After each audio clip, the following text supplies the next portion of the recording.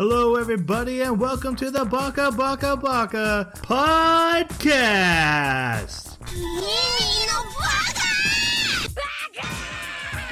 Baka.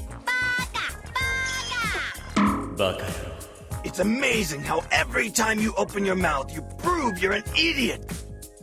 Hello, everybody, and welcome to Baka. What is Baka? Well, many modern philosophers say that if it looks like a book club, smells like a book club, and sounds like a book club, but they're actually talking about anime they just watched over the past 2 weeks, it's Baka. That's what this podcast is all about. However, we do emphasize that we like to turn our discussion over to you, the listener, to carry on what we plant the seeds for and grow it like the fungi of the world. That's relevant if you've seen the anime. Anyway, we're talking about the anime Sabikui Bisco. That's how it's pronounced. And if anyone thinks I pronounced it wrong in the last episode, you are definitely wrong. That tape has been deleted. Power of editing. And to help me with the discussion, I have my co-host. So first up, we have the green mushroom to my extra life. It's Jeremy. How you doing? I'm doing pretty good. Have you guys seen Cobra Kai? I saw a few episodes. Did you? Okay. We watched the first season and absolutely loved it. It was really entertaining, great. And then season 2 just kind of spiraled, at least for us. And then season 3 is just, oh my gosh, it's so painful and difficult to watch. Okay, so what I loved about the first season is that it's probably like maybe 20% soap opera and 50% drama, and then you've got the rest of it is all action and everything, right? And so it's these characters that are, the Karate Kid, but it's the same actors, but they're all grown up and everything. Really cool, really well done. I was actually surprised at how well these actors did. I was enjoying their performances. But then when season 2 hits, you start to see those percentages kind of scroll a little bit, and you get a bit more soap opera. And then by season 3, I swear it's like 80% soap opera. It's so painful. Like, I don't want to do any spoilers because, I'm sure there are some people that probably want to watch it, but like the things that happen. Okay, here's what I was telling Tanya. There's 2 ways that I've seen these television series tell their story. And one is where you have a power scale spiral, right? And that's what we get a lot of times in anime, where you've got a bad guy, you beat the bad guy, and you find out something else behind the scenes was an even bigger bad guy, and you move on and you power scale up. And then you keep doing that season after season after season. The second way to do it is you start and you're like, oh, we have this problem, this goal. We got to get to got to reach this goal, solve this issue. And then by the end of this first season, you've done it. And you're like, I don't know where to go from here. So let's just have some convoluted, contrived scenarios where people make the most horrible decisions they possibly could given the circumstance in order to put roadblocks in and reinstate the old goal for season 2. And then we'll just twist it a little bit. So it's the same goal, but with a twist. And then when that's done, season 3, let's put another roadblock in and then go back for that same goal, just with another twist. And so, yeah, it just feels like a lot of repetition and a lot of roadblocks for the characters where you have like, this has been solved. And then a couple episodes later, some contrived arbitrary reason why it's unsolved and has to be solved again. Repeat. And so it just, anyways, it's driving me nuts. Watch the first season, dump the rest. Ignore the rest. I don't know if I've ever heard a bad review of a single season of that show. But like I said, I only watched the first few episodes, so I'm not going to weigh in. Nope.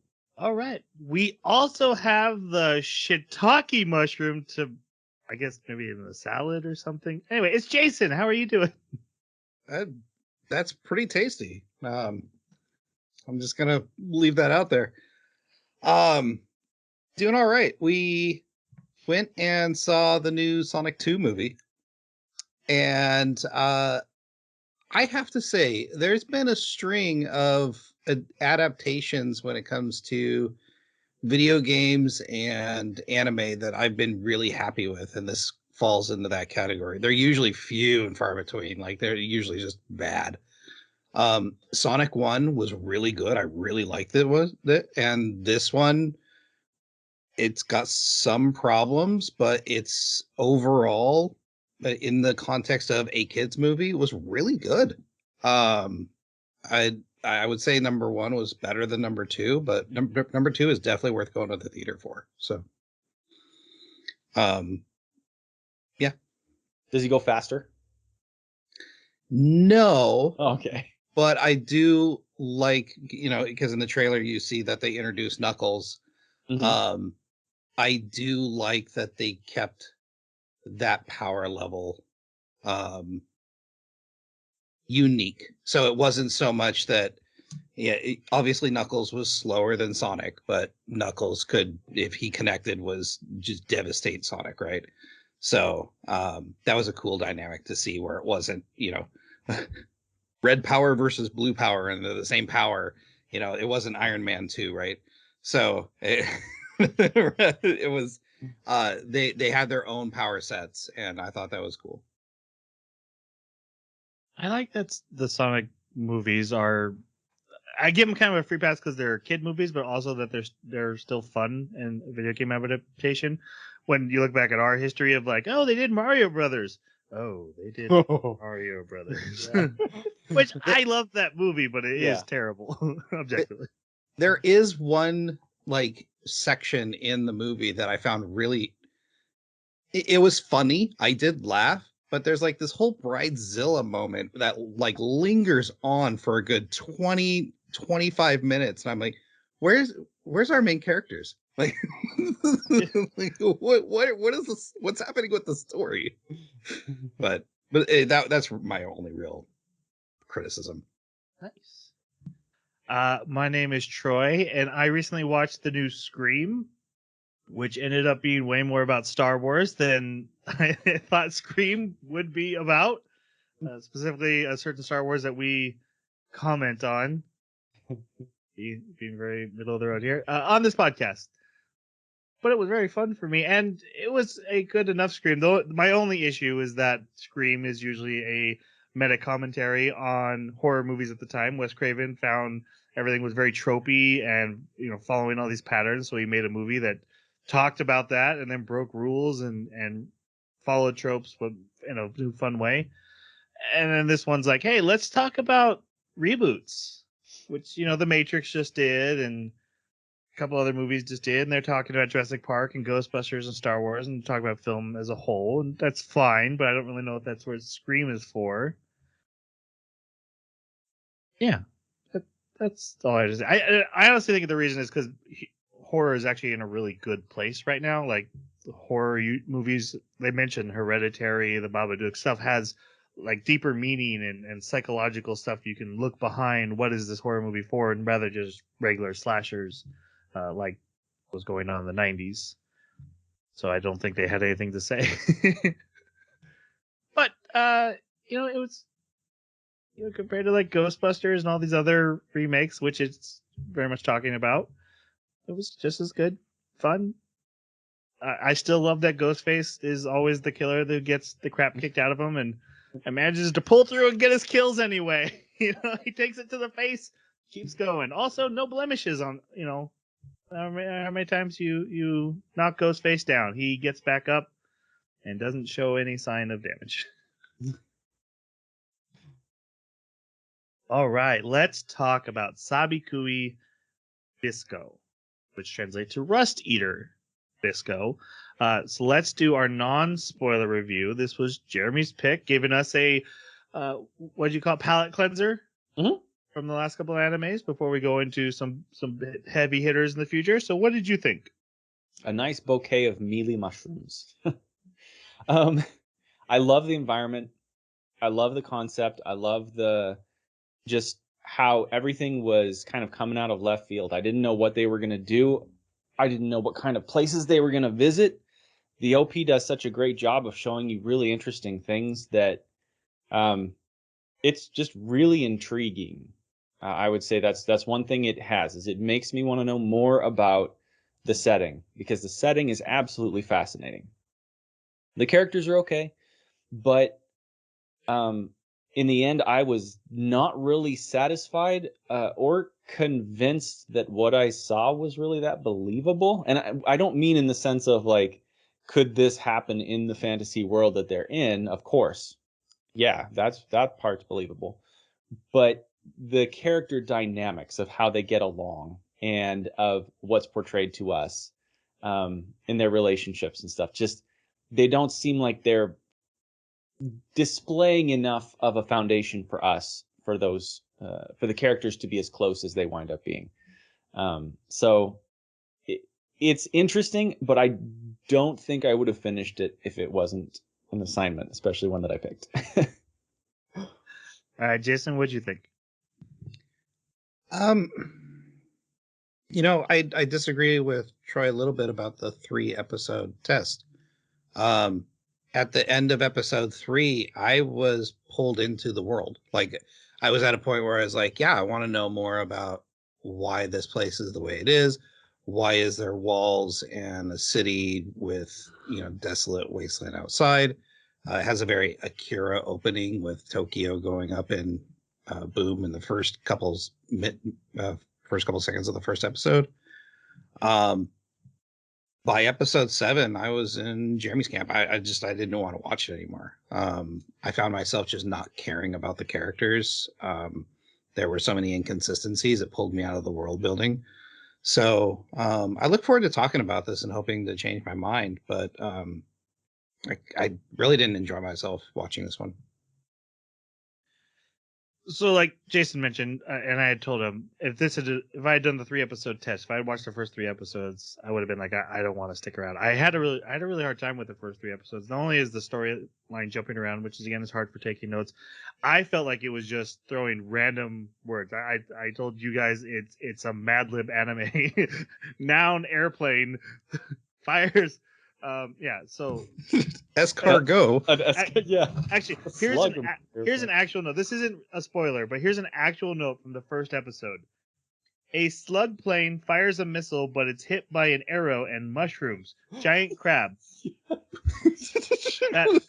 I wrote that down and I looked at it like I rubbed my eyes. I don't take anything like that would alter my perception. It felt so random. And I kept comparing it to Akadama Drive, which also had a bit of a over-the-top feel and a lot of wacky characters and wacky goings-on. But that show like nailed its pacing and nailed its characterizations and kept it just at the right balance. Whereas these first 3 episodes, I was like, it's so much. It's so much. There's a character who gets thrown into a building-sized bowling pin, and it makes the sound of a strike of bowling pins. And I was like, it's so weird and random for no reason.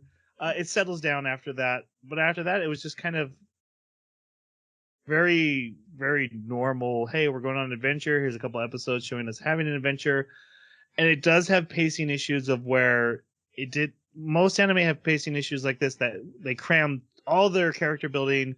And then in the final episode are like, oh, we have to also defeat a boss and come to a conclusion. Okay, sorry, bye. And they cram all that into a final episode. This, I did appreciate, took like 4 or 5 episodes to do an ending. It felt like they were fighting the end guy, the main villain, forever. But it crammed all the character stuff into like 2 or 3 episodes and then pretended it didn't. It was like, oh, we've done so much in this anime. You haven't. You took 3 episodes to introduce the world, and then you only took like 3 episodes to flesh anything out. Then we're gonna throw Shamalamalana at you. So I have a lot of issues with the pacing. I have a lot of issues there. As much as I'm usually the guy to defend it, I think there's some lazy writing in here. Fun visuals, fun concepts, and I didn't mind the characters. I think I'm a little bit alone on that, but I found the characters likable. All right, the OP and the closing, guys. What did you guys think of our themes? The opening was good. I dug it just about every time. The ending was okay too. I didn't see any problems. Yeah, same thing. I really loved the imagery in the opening and how it just emphasizes the craziness of this show. And that's actually, the reason why I picked it is I watched the OP, and I was like, okay, this is crazy. Just like what you described when you took that note. That is what went through my head, and I was like, yep, I want to know. Slug Show me. Yes, and it does. But there are a lot of things that happen in the OP that they don't happen in the show, and that was really weird to me because it's not that never happens, but I don't know. I think it's something we'll get into a lot more in the spoilery section, but it kind of hints that there's a lot of off-screen stuff going on. I think the ending credits was just like credits rolling with a song, which was fine. But what I want to say about the opening is that it did a better job of characterizing the characters than the actual story did, because you can see, oh, this character, he's kind of naive and he's easygoing and he doesn't even realize how much danger he is in. The other character is working his butt off to save him and is frustrated. And like, oh, I totally get these two's relationship. And then in the anime, it's really muddy how that works. They like say it out loud a few times. You see it a little bit, but it's just the OP does a great job of not spoiling anything, but letting you know here's who the characters are, here's where they stand, here's what they're like and their dynamic together. And if it wasn't for that OP, it'd be really hard to know it. So yeah, so great OP, probably one of my favorites in a long time. It's a very well done OP. Mm-hmm. All right, before we go on to spoilers, our next anime. Wait for it. We are finally doing Ranking of Kings. You asked for it. We've been waiting for it. It's here. All the chibi art that Jason will say he doesn't usually like, but this time he enjoyed. This time. We'll see about that. It's the first 11 episodes for our next podcast episode, and then we will finish out till 23 in that second one. So yeah, just the first core. Ranking of Kings, episode 1 through 11. If you don't know what it's about a fantasy land where kings are ranked, and our main character is Mute. Yeah, a little boy, and he wants to get ranked. I think he can't hear too, but I'm not sure. Is he mute and deaf? I couldn't remember if he was mute or deaf or both. Yeah, I have those things. Yeah, I have a memory of reading that there were two issues. Helen Keller wants to be a king. Yes. I have a feeling you're going to take that back. You're going to apologize for that joke based on what I've heard about this anime. All right. Now we are going on to spoiler sections for Sabikui Bisco. Google Translate taught me how to say that. Well done. An hour ago. Nice. All right. Yeah, spoiler section ahead. We will be discussing plot, characters, everything that happens in this anime, and then turning discussion over to you. All right. So in this world, Japan has been wiped out by a man-made disaster. Tokyo is gone, and Japan has become a wasteland with some cities in it. There is still a kind of a government working, but there's like checkpoints to get through walls, and one of the big issues is that there's a disease called rust that literally is rust that is afflicting people, and then there's also these guys called mushroom keepers who are going around spreading mushrooms, but everyone knows that mushrooms cause rust from their spores, so those guys must be the worst. About anything else in the setup I'm missing here? We're unaware yet of the cause of the explosion that took out Tokyo. Okay.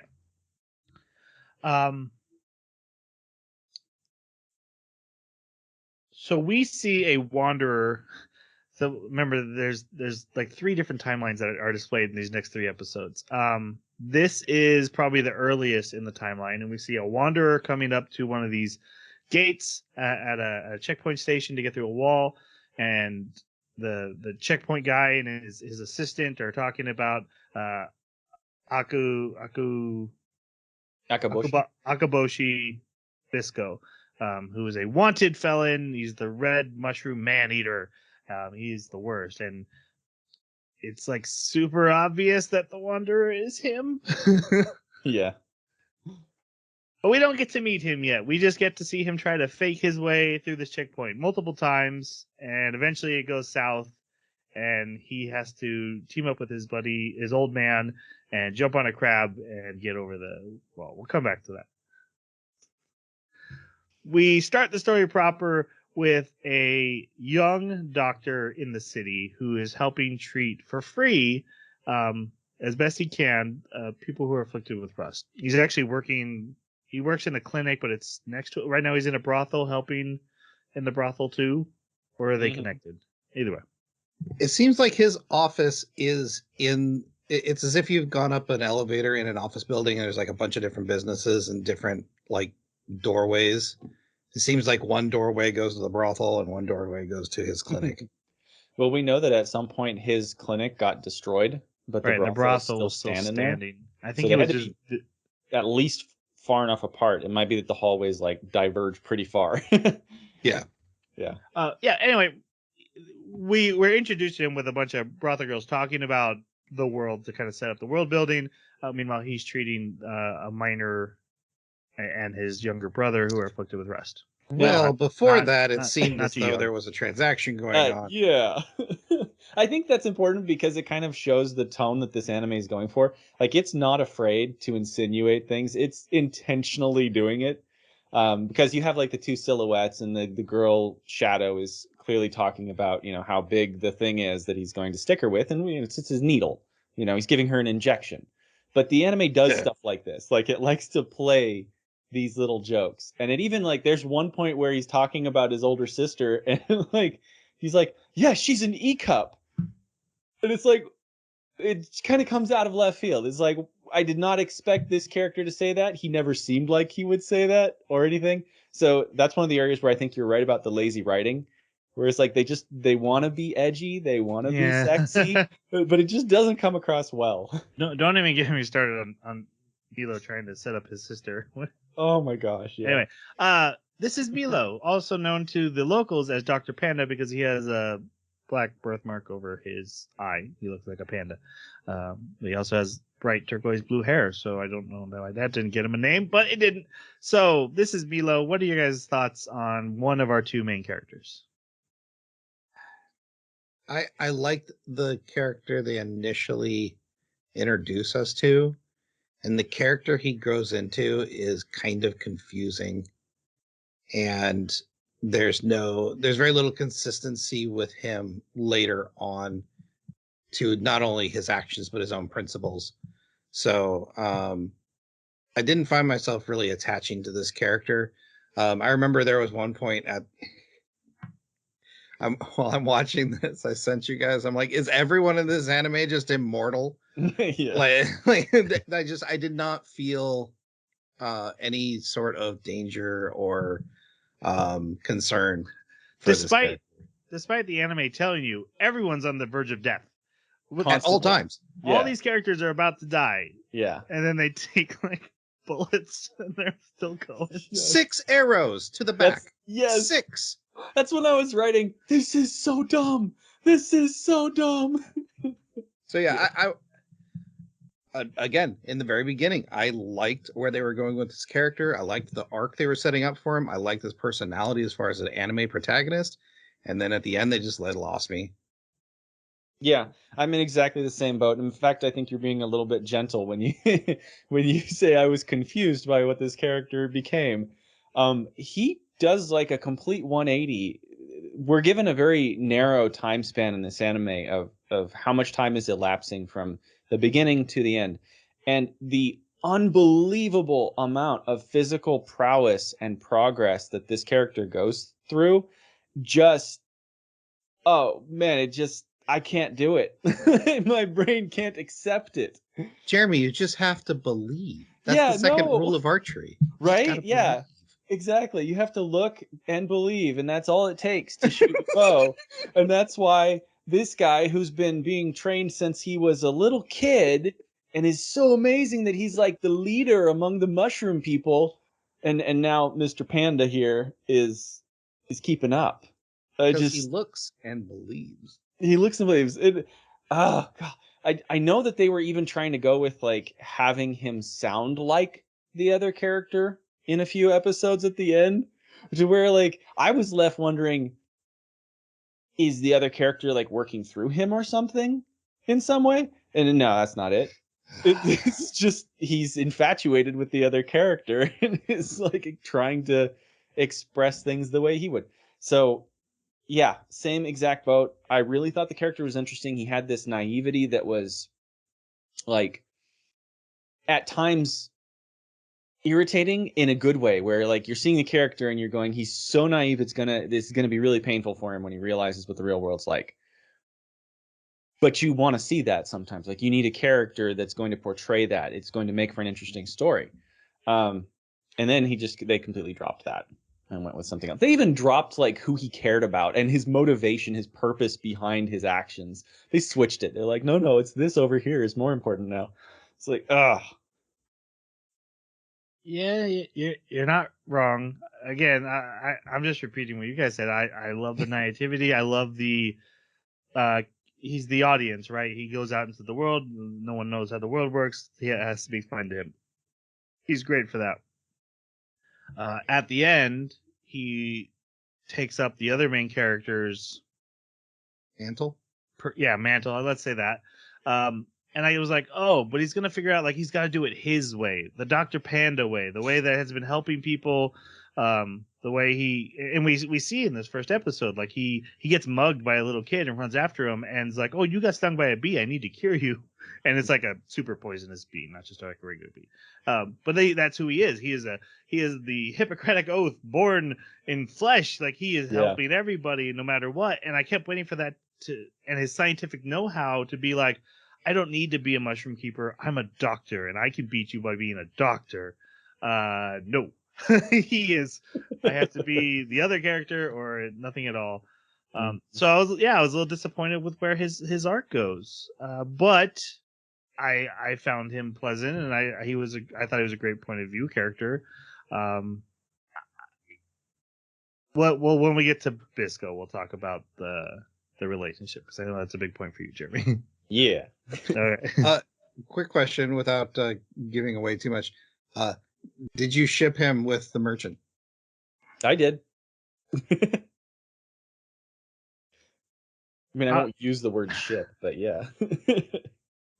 I was frustrated at this anime for what I feel like it's shipping two characters and not shipping them. Like either ship them or don't tease the audience. And otherwise I would say yes, but like he's like clearly in love with another character, and they're like, no, but like bros. I'm like, all right, fine.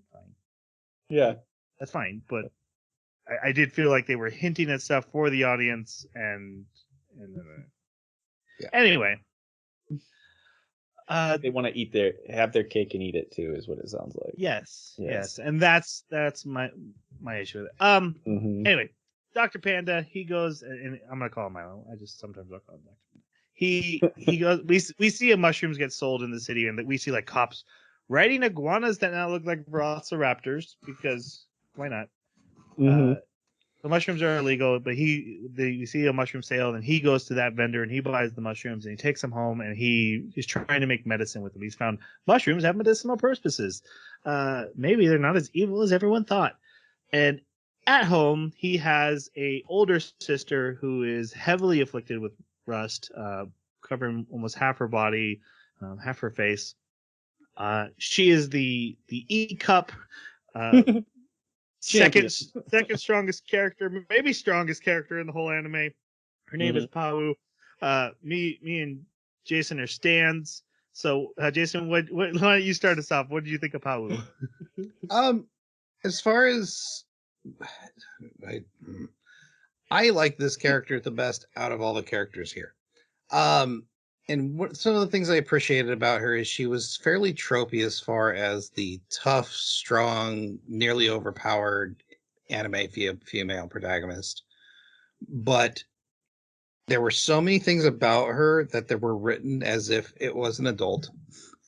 And I just really appreciate that because she handled herself, she had her rage issues, but when things were explained or she could reason things through for herself or she was able to see two situations and not go, oh, I'm soldier, I go this till the death.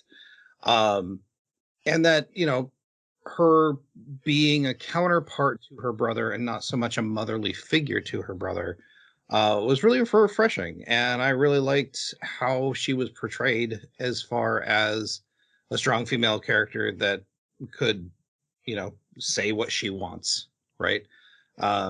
So yeah, probably the only character I cared about in this entire thing.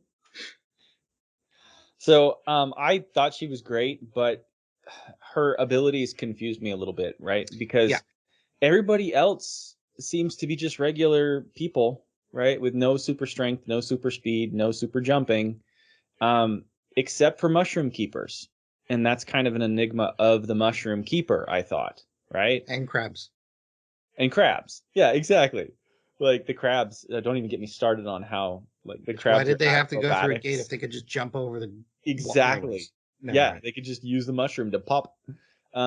No, the crab could literally just leap over that wall. But Well, that's one of the things I've always wondered is like we see it Sorry, happen I'm over and derailing. over again. I'm Does so the upset crab about the just wall. jump, or does the crab vault off of mushrooms the way they do? Do they like use the mushrooms to make the crab jump? There were plenty of moments where it jumped literally off the ground without mushroom assistance. That's what I thought. I liked the gate gag. I just found it really frustrating that they have these abilities and they're like, oh, but we're gonna go through this gate. Yeah. I was really trying to justify it with like the crab jumping off of mushrooms, but I know the scenes you're talking about, and you're right. Yeah. So, but anyways, with Pau, she doesn't have mushrooms, right? So I can't explain the abilities with mushrooms. She's getting the same training as everybody else there. Plus, she's afflicted with rust, But she's the captain. Right. Okay. Well, the lieutenant, the second in charge, is just like a regular soldier. So Just a dude. he's just some dude. So like I don't understand the rules for like why she is so spectacular and why mushroom keepers are so spectacular, but everybody else is just mundane. So that to me just is really frustrating. Doesn't make sense. But other than that, and honestly, that plays into like a lot of other things where it's like, we'll get into that later. Yeah. So other than that, I don't have any real problems with her. I thought she was a little bit too obstinate. But I do agree that she was a lot more reasonable than you usually see from these characters. Mm-hmm. So pretty cool. Yeah, especially like when they reached the snake, right? And I thought, oh, she's gonna keep. She immediately stopped attacking. She's like, oh no, this is a higher priority, and my brother clearly doesn't feel like he's in danger from the guy, so I need to change what I'm doing. And then afterwards, I was like, oh, she'll start attacking again, but nope, she just sat there and listened, and oh, okay. But also, we didn't have time for her to be any more obstinate. No, there wasn't. I'm just shocked that she got knocked out by just being picked up like that. That really was weird. There's multiple points where she gets knocked out, and it doesn't make a lot of sense. That's fine. It doesn't. I just want to say that she's bae. Yeah, her strength Super doesn't bae. make any sense. But there's something about strong, mature women who know what they want that is just very appealing and very fun to watch on screen. Especially when every other character, like any flirting happens and they turn beet red and they're like stuttering and they don't know what to do. And then she's like, "Hey, this is what I want. I'm attracted to you. I'm taking you." Literally. But yeah, so I like Pau. She was a fun addition to the cast. All right. Then we get the scene that I read earlier: the slug plane, missile, arrow, mushroom, giant crab. That's actually in the middle of the three stories we're being told. So let's go back to the gate where we see that Bisco gets caught by these guys because they're like, "Oh, you're a monk. Why are you carrying a bow? That's against your religion." Yeah. Screw it. He breaks out. His cart of what he said was dead people is actually a giant crab and an old man named Jabi. With centipedes. Yeah. If you move the blanket, they'll bite your fingers off. So this is our main character, Bisco. What do you guys think of Bisco? There just was nothing new about this character. You could have replaced him with Ichigo. You could have replaced him with literally hundreds of anime characters. There wasn't one moment that I was like, oh, here's a just a shonen anime protagonist. I think his most endearing qualities about him was, again, just like every other anime shonen protagonist, it's the soft side, but his soft side towards his mentor was a little softer than you normally see. And then his relationship with Panda is okay. I don't know. There was nothing that this guy couldn't do at a moment's notice. I mean, he was firing arrows faster than people could fire bullets or missiles out of guns. Yeah. And with or without mushrooms, he could jump 30, 40 feet in the air and then land as if it was nothing. And this is before near the end. So just, I don't know. I didn't find anything interesting about this character. And and as far as the world building that was happening, I was hoping that it would roll into more of what was going on. Because and just as a quick comparison, Vosh is considered this dangerous terrorist that's going around. So is this guy. But at least Vosh was interesting. like there was some dynamics there. This character, he could have basically have been a terrorist, and we wouldn't have known it, and until near the end of episode 2. Mm-hmm. Yeah, I know that they were trying really hard to have an arc with this character because Jabby at the very beginning is like, "Oh, he's such an angry kid. I hope that somebody can teach him that thing I never taught him and soften him.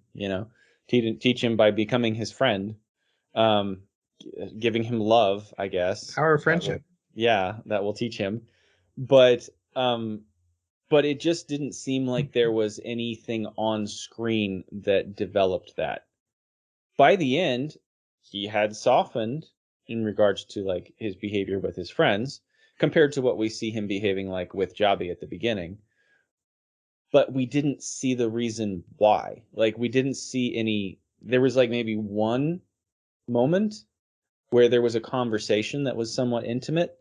Other than that, I can't say that there was anything convincingly intimate that would break down his barriers or in some way make him feel close and connected with these other characters to justify his later changes toward them. And honestly, his changes later didn't really seem that big.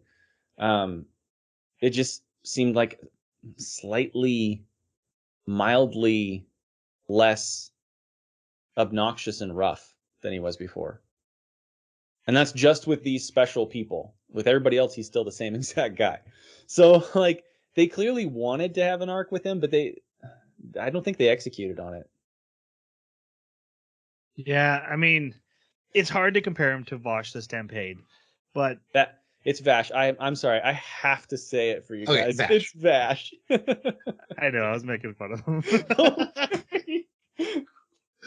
I knew you'd call it out if I kept going with it. No, the only comparison I was making is the story in the very beginning lets you know protagonist, the people think he's a dangerous person. Yeah, I don't even actually have a point. I just wanted to say Vosh the Stampede because you know how you were pronouncing it. And I knew their listeners would be like, wait, what did he say? Right, my real thoughts. Actually, everything Jason had said is spot on. He's very, very generic anime protagonist. I like an archer as like a melee fighter. That's a little different. And using mushrooms as your main like source of power is kind of cool. Like he uses them to bounce, and sometimes they catch him, and I mean, they do whatever he wants. He's basically a Green Lantern, but with mushrooms. As long as he fires a zero. That was unique. I loved that part of it, just the way they used that. So Um, but I also agree they didn't even really set up an arc. Like he gets introduced to Milo, and they're like, "Oh, you got to take Milo with you," and he's like, "Yeah, all right." Instead of like, "No, no, no, I can't take this guy. He doesn't know anything. I'm very frustrated with him. He's very annoying." Because that's what they were trying to play it off as, like, "Oh, this guy is annoying me," and then he grows on me over time, and we become best friends at the very least. And instead, he's like, "Yeah, no, that's fine. I'll go with him. Oh, I'm a little annoyed with him. Okay, no, he's fine. He can drive the crab." Like it didn't even set up an arc to have him carry through. It clearly was trying to hint at that, but I didn't feel like they took the time. Um, he didn't even say no when he's like, "You got to take this random guy with you," and he's like, "All right," and he tells him, "Hey, say goodbye to your sister." No, why are you taking so long to say goodbye? All right, I'm very confused about what you want, man. What what you're thinking.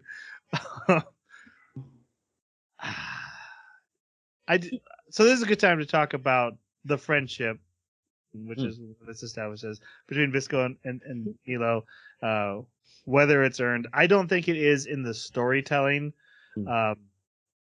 Again, we just rushed so fast through their adventures on this trip, which we also know is only a month long at best, because they've set up a time frame. We have to be back in a month or else. I could see it happening off screen. The OP lets me know, like, hey, this kind of stuff is happening. I see the seeds of the relationship they tell us is growing there. But it just didn't come out in the story. And then at the end, they're like, "Oh no, guys, yeah, you missed it, but they're best friends. They're like soulmate best friends." Okay. yeah. I need to clarify something real quick. They leave the city here, and it's constantly nighttime for some reason. But it's it's just a city. They leave, they go into almost a greenish biome where well, first they're in the desert, and then they're in like this greenish area where they've got these like fluorescent balls. Then they go into the mines, and then they're in another like arid area. They come back and it's snowing. The snowing city is not the same city. That's a military base, I think. Is that right? Or was it snowing in the city? I thought we saw the city later during the giant monster attack, and it wasn't snow there. So I thought the snow place and the city must be different. Like places. I'm going, is but this I was world, very confused. Is this world Minecraft and its biomes? Like, Yeah. you got snow and then desert and then arid and then green, and it's like, what is happening? You also have giant crabs and flying whales, so I could buy that was just part of the devastation. It created random biomes all around. Fair enough. I think I agree with you. The desert I associated with like just the devastation, but the snowing, yeah, that's very weird. But I do and think the only that was reason I ask is because of the time frame. Like, we're talking about a month. So yeah, exactly. Are we talking November into December, or like, I don't know. It's definitely regional, because I do agree that was a military base, because that's where they were creating more Rustwind. And well, remember, it's Japan, so it's almost all got to be north to south, right? Yeah. For the most part, for any long distance of travels. So that could kind of make sense. Also, I think the two deserts are the same desert. They had to go one way to get the crab, and then they think they went back to the desert once they had the crab. They said they traveled east first, right? Or they needed to go east. Yeah, they did. Yeah. Anyways, as far as the relationship, it just didn't feel earned. Because it was like one moment it's like, oh, I'm resistant to him coming with me, and I just saved you from a exploding building, but I'm low on resources because my mentor's hurt. To the next episode, it's like, oh, we're best friends teaching each other to ride the crab. It's like, who are you people? Yeah.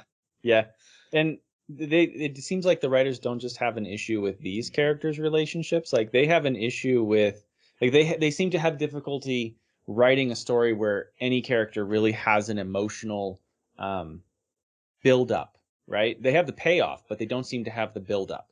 T-Roll's the only one, and we haven't even gotten to her yet. I did want to say I actually like the payoff of the relationship. I was like, oh, this is actually a pretty good payoff. If this had been earned, I'd be totally digging how they're these best friends and they, hey, you had my back that one time and now I'm returning the favor and I'll beat your eyes, all that stuff. I'm like, oh, that's cool. Cool payoff. To what though? Exactly. What are we paying off? Yes. Yeah, I agree with that. All right. And I think that if you're going to have it be such a short period of time, you have to do even more work to show us what the buildup was. Because if you have a longer span of time, it's easier for us to just justify these things and say, oh, well, there was a ton of time off screen for the stuff to happen. But when you do a short span of time, you're showing us the highlights. And if the important part of the story is this payoff, then the highlights should be what builds up to that. All right. So I'm telling the story out of order from how it's shown, but chronologically. So again, we did the checkpoint. They jumped over the wall. Now they're past that area. We see. Oh, we got to talk about Jabi then. Yeah. So his traveling companion is the old man, king of the Mushroom Keepers, Jabi. Greatest laugh in anime, probably. What do you guys think of him? I don't know. I'm again another confused character. 1 minute he's on his deathbed, the next minute he's 30 feet in the air firing an arrow. Yes. So like I don't understand this character. Is he dying or not? I disagree. So what I just want to say is this anime clearly establishes that people can jump 30 feet in the air. Some people. Some people can. It clearly establishes that it's just what they can do. I don't know. As far as being on death's door, yeah, you're right. As far as I thought, the character I saw when he broke out of jail from his whole MacGyver beard thing he got going on, I thought that was neat. And if there was more of that, him using his wits and his experience and his deep knowledge to solve situations, I thought would have been much cooler for a guy his age, instead of the majority of the time I'm kicking butt. Oh no, I got caught again. Yeah, that was weird. The character himself I thought was okay. I thought he was a great mentor character for the story, but I didn't really connect with him. Because again, it's just so many inconsistencies with these characters, it was hard to follow. I loved his idealism and his optimism and his laugh. Definitely agree there. But one of the things that really irked me beyond what Jason was describing as like being on the death's door and everything was specifically that scene where he's captured, then he gets out from being captured, and he does the same exact thing he did before that got him captured. But instead of it taking him like a day to get captured again, it's instant. Like, he says, hey, I'll protect the rear. I'll be the rear guard as you guys leave. He shoots an arrow, and then boom, he's captured. And it just, what it says to me is that he was needed to move the story from a certain point to another certain point. And that is it. And beyond that, it really didn't matter what was going to happen to him. So they just had like, what's a cool line we can give that, makes him sound cool, and then just get him out of the way. Put him back in a cell, and that's that lazy writing again is what I would have to call it in my opinion. And so, yeah, very frustrating. Because there's a point where the story puts him in real danger and there's no connection there with him because we haven't spent enough time with him. And the story leads real heavy into, oh, you care about this other character and this other character really cares about him. So you should care about him. And, well, I don't. Right. Care by proxy. I care about Jabi. I honestly think Jabi is one of the better relationships they define by showing both their training and talking about the flaws in their relationship. Hey, I beat him to train him. And his line, it's really early. It's actually this scene where they're camping out. And he goes, I turned a sweet child into a savage warrior. And him wondering like, should I have done that? Did I do right by this kid? which kind of also informs all these decisions he's making of always self-sacrificing himself. Hey, I got a month to live, and I didn't do right by you, even though I turned you into the greatest mushroom guy in the world. I didn't do right by you, so I'm going to be taking these hits for you. And the fact he hugged him.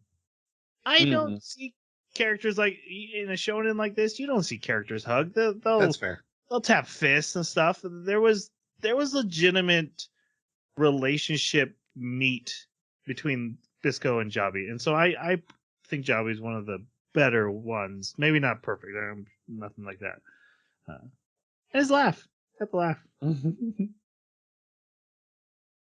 All right, so we talked about Jabi. Then we get the scene. It is a slug plane. It's a plane with the face of a slug. They literally call it the escargot. The escargot plane. I love that you could write it out as like S-cargo. Cargo plane. It's so great. When they're attacked, they are able to take down the plane and escape, but Jabi gets hurt saving Bisco. And so that is why Bisco is run towards the city.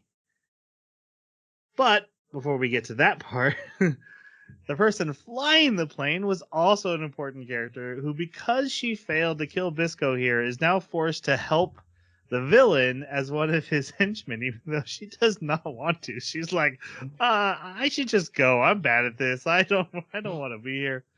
This is Tyrol. T-roll. The jellyfish girl. What do you guys think of jellyfish? Jeremy, I have a quick question for you. Yeah.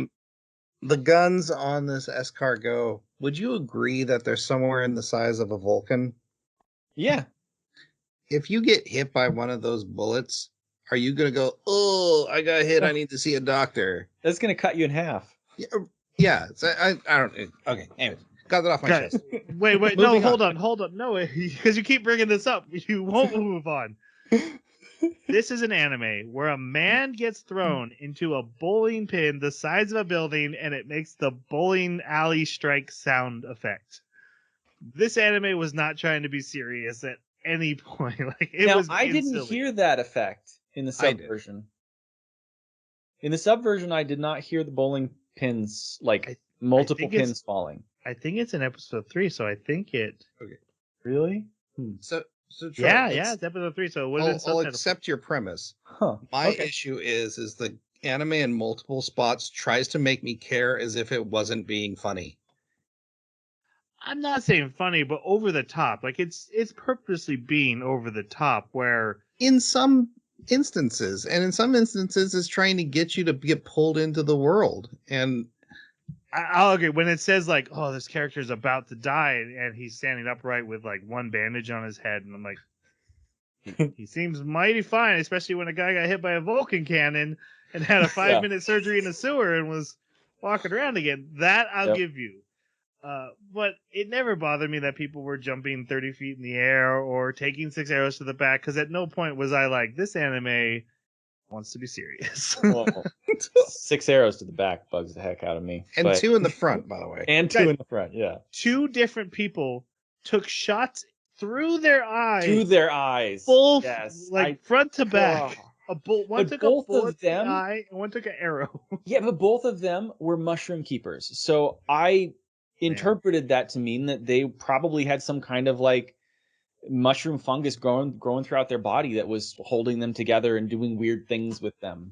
And the story legitimately established that their blood was special. Yeah, their blood is special, yeah. And technically, Jeremy, you ended up being right about one of them. Yeah, later. So yeah.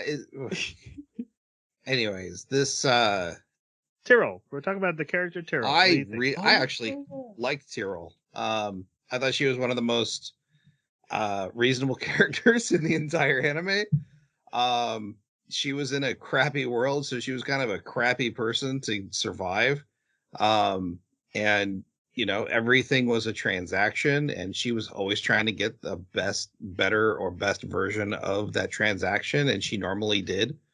I thought she was fantastic, and I liked her story arc. Her story arc was, this world sucks. I need to be a crappy person. Oh, this panda person is actually pretty nice to me for no reason, and then keeps happening, and then she starts to have feelings for him that she doesn't understand, and then we get this really nice arc all the way to the end where she's like, I gotta go because I really like you and I don't want to tell you or admit that. I really like this character. Yeah, and I find it interesting too because, like you said, she's one of the more realistic characters. There's a point where she describes the things that she's been through, and it's been pretty horrible, right? So this is the sort of Mad Max survival situation, is what she's gone through. Based on what she says, she has been with men before. So the question then becomes, like, when you pointed out the fact that, like, she doesn't understand the feelings she has for him, because she's never actually cared about anything except survival before, not a person. And so seeing his behavior is not only confusing because he's so good, he's such a paragon, but also seeing that, wow, this, I'm actually interested in this guy, 50% off. And so I found her to be funny because she was both pretty realistic, but also incredibly exaggerated, which is what I expect. I mean, it is an anime. You're going to have a lot of exaggeration, but incredibly exaggerated when it came to, like, her shyness about admitting that. Because in the anime, it comes off as a shyness about, like, oh, I don't want to admit my feelings because I'm embarrassed of my feelings. Whereas given the rest of her character, it makes more sense that she's really just kind of coming to grips with the fact that she's feeling anything like that. Not that she's embarrassed about hiding them, but that, I'm not supposed to experience this because it's a sign of weakness, basically. This is going to make me vulnerable in future situations. I don't like it. So, yeah, I thought she was pretty interesting that way. I like her. I wish she was in the anime more. I actually Yes. kind of was hoping she'd become more of the part of the crew. I dug her arc. She was definitely a highlight of the show. I especially liked her at the beginning, where she's the character who's like, I'm gonna bow out of this crazy. People are jumping 30 feet in the air. I don't belong here. Please don't kill me. But Yep. it reminds me of, like, one of the Joker's men just being like, you know what? I didn't sign up for this. Right. Like, I know I'm getting paid a lot, but I think I'm gonna go. Yep. Yes.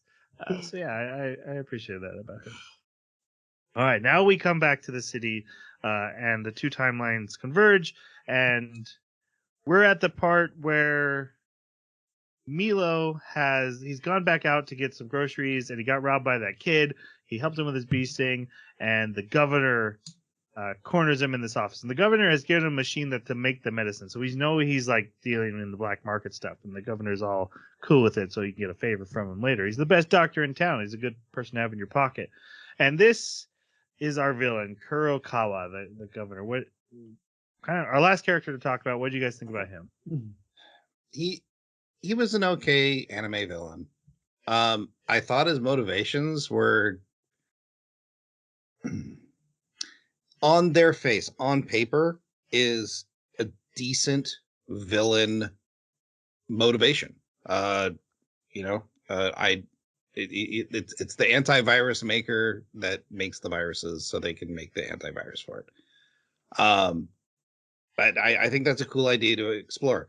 I just didn't like this character for the exploration. He was just a little too crazy, a little too over the top, just like this anime. But the problem is, okay, so first 6 episodes, he was fairly,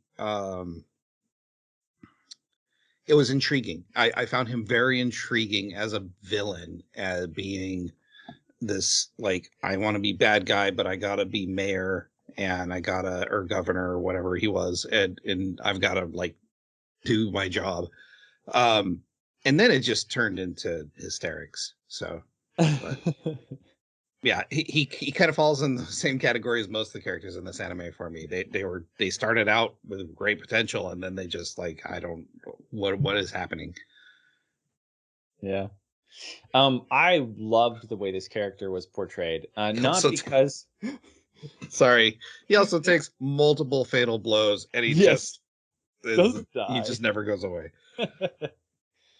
It wasn't necessarily that he was anything new or that he was a particularly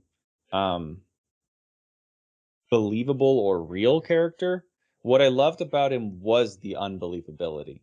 He was such a exaggeration.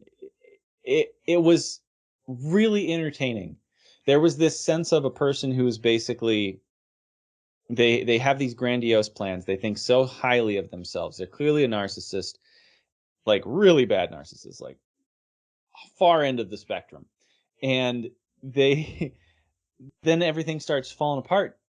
And instead of being intelligent enough and cunning enough to like weave some better plan around it, he's just kind of ad-libbing his response and then screaming maniacally and like grabbing evil for evil's sake and using that as like, well, if I can't have what I want, then I'm gonna burn it all. And I'm gonna take down, if you get in my way and you stop me, then there's a vendetta against you forever. And you're my biggest enemy, and everything else kind of disappears so that you're the only thing that matters. And I've forgotten about what my original goal was because, you got in my way. So now I hate you, and that consumes me. And not only that, but this guy was voiced by the narrator from To Your Eternity. And I love this guy's voice. Every time I hear it in anime, absolutely love this guy's voice. I should look up what his name is. But needless to say, this guy was voiced by him, and it just added that extra level of like deep, resonant, grumbly plus insanity. And it was mwah. It was perfect. I have no problem with the character Kurokawa, and I actually thought he was a decent villain. His motivations were fine. My issue is really in the portrayal, or maybe more, I guess, the setup of him. He doesn't have. Well, he does. He ends up having a connection to Bisco, but not really. Am I right? It's really weird he's introduced in this first episode, because usually that's like a side villain that's going to kind of be an annoyance later, and that's what I thought. I'm like, oh, this is hardly going to matter. I just wrote the governor for a lot of my notes. I'm like, this guy doesn't matter. He's clearly a middle management guy who's going to get in the way, and then they'll take care of him later. But he's not. He's the main villain, and he has to at one point scream to the main character, "I'm connected to you. Here's why you should emotionally care that we're facing each other." And I was like, that's odd. And multiple times before that, the main character's like, who's that guy? You said he's the governor? The governor's like a bad guy? Oh, I wasn't really paying attention. I'm like, that is a weird role to put the villain in, where you're like, you just don't matter. And he disappears for like 4 episodes. We don't check in with him except for like once or twice. It's odd the way they handle him, and it just struck me the whole time as odd. And then he just doesn't go away, like he was Frieza the whole time. That's the Yes. Like, they treated him at the end like he was Frieza, but they started with him like he was Raditz. That's how I felt about the character. That was a very apt comparison. Yeah. Yep. Yeah, where he's like, hey, this is just the first hurdle we got to deal with, no big deal. And then it was odd to me. There's nothing really wrong with it that I can put my finger on, but that's how it rubbed me wrong. All right, so yeah, he's bullying Milo in the alley, and then an arrow lands, and a mushroom blows up in the city, probably killing hundreds. Yeah. Yeah. I mean, buildings are destroyed. The way they portray it, I wrote the line, Bisco goes to war with the city, because buildings are exploding, mushrooms are growing everywhere. Jeremy, you mentioned infrastructure. Oh, yeah. They don't care. Like, he takes out entire roads. Like, these massive mushrooms just blow holes in the roads. How are they going to get from point A to point B anymore? Pawu finds out this terrorist has hit her city. Since she's the leader of the special forces, she leaves to go take care of it. But Milo comes home first and tries to stop her, so she knocks him out. When he wakes up, Bisco's there with Jabi, who's hurt, and he's like, hey, I need you to help him. Here's some mushrooms for medicine. And that's actually how our first episode ends. It took us that long. But There was a lot of they throw all the characters at you right away, and I wanted to hit them. Yeah.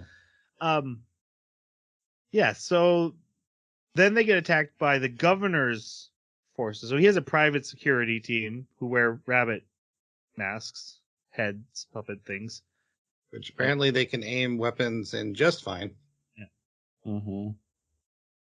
And so Bisco blows up the building with mushrooms, and they escape into a sewer where he has Milo begin surgery on Jabi In a sewer. in a sewer. That definitely struck me like that is a so odd choice. And then he goes up to fight to distract. He comes across. We see a scene where he comes across Tyrol. He's trying to interrogate her, and she's just like, I'm out," like Jason called out. But then Pau catches up to him, and they have their first big battle.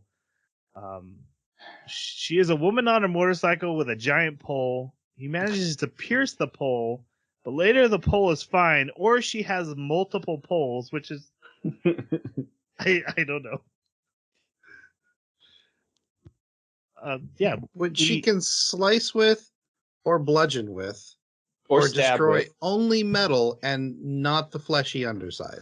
That's because she has a merciful strike talent. But it can be pierced by an arrow. To be fair, every character is like, that pole is something. I don't know what's going on with that pole, but that pole is crazy. She accuses him of spreading rust, and Jabi also wakes up, and so both Jabi and Bisco are telling the same story of, no, the mushrooms live on rust. The mushrooms are how we get rid of rust. They have nothing to do with the spread of rust. It's literally, you want mushrooms around. And she's like, oh, I don't believe you.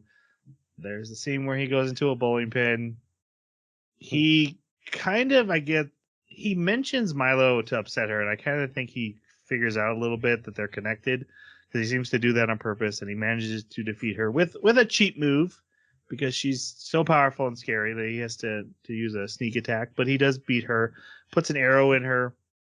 He shoots her in the shoulder with a sleeping arrow. Like, that is so much damage. I know this anime doesn't care about arrow damage or bullet damage, but I mean, especially if she's on her last legs because she's infected with rust and is only going to last another 4 months anyways. Like, I saw this and I was like, oh my gosh, that is going to be horrible to pull out.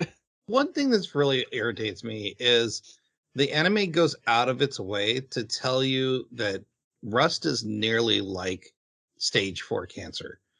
And like the people that are infected with rust are so weak and they're so helpless. And this woman is literally half her body is rust. And in fact, later on we'll see someone's fingers fall off due to rust, and she can fire arm. And she can just destroy things with this staff and keep up with Bisco. And yeah, that's why I said she's the strongest character. He even makes the comment, she's this strong, that covered in rust. That's terrifying, right? She's probably the most powerful character in the anime, especially after. Why? Anyway. Why? Why? Special training, obviously. She's captain of the guard. No one else has. So who trained her? The waterfall that she trained with her staff. That makes sense.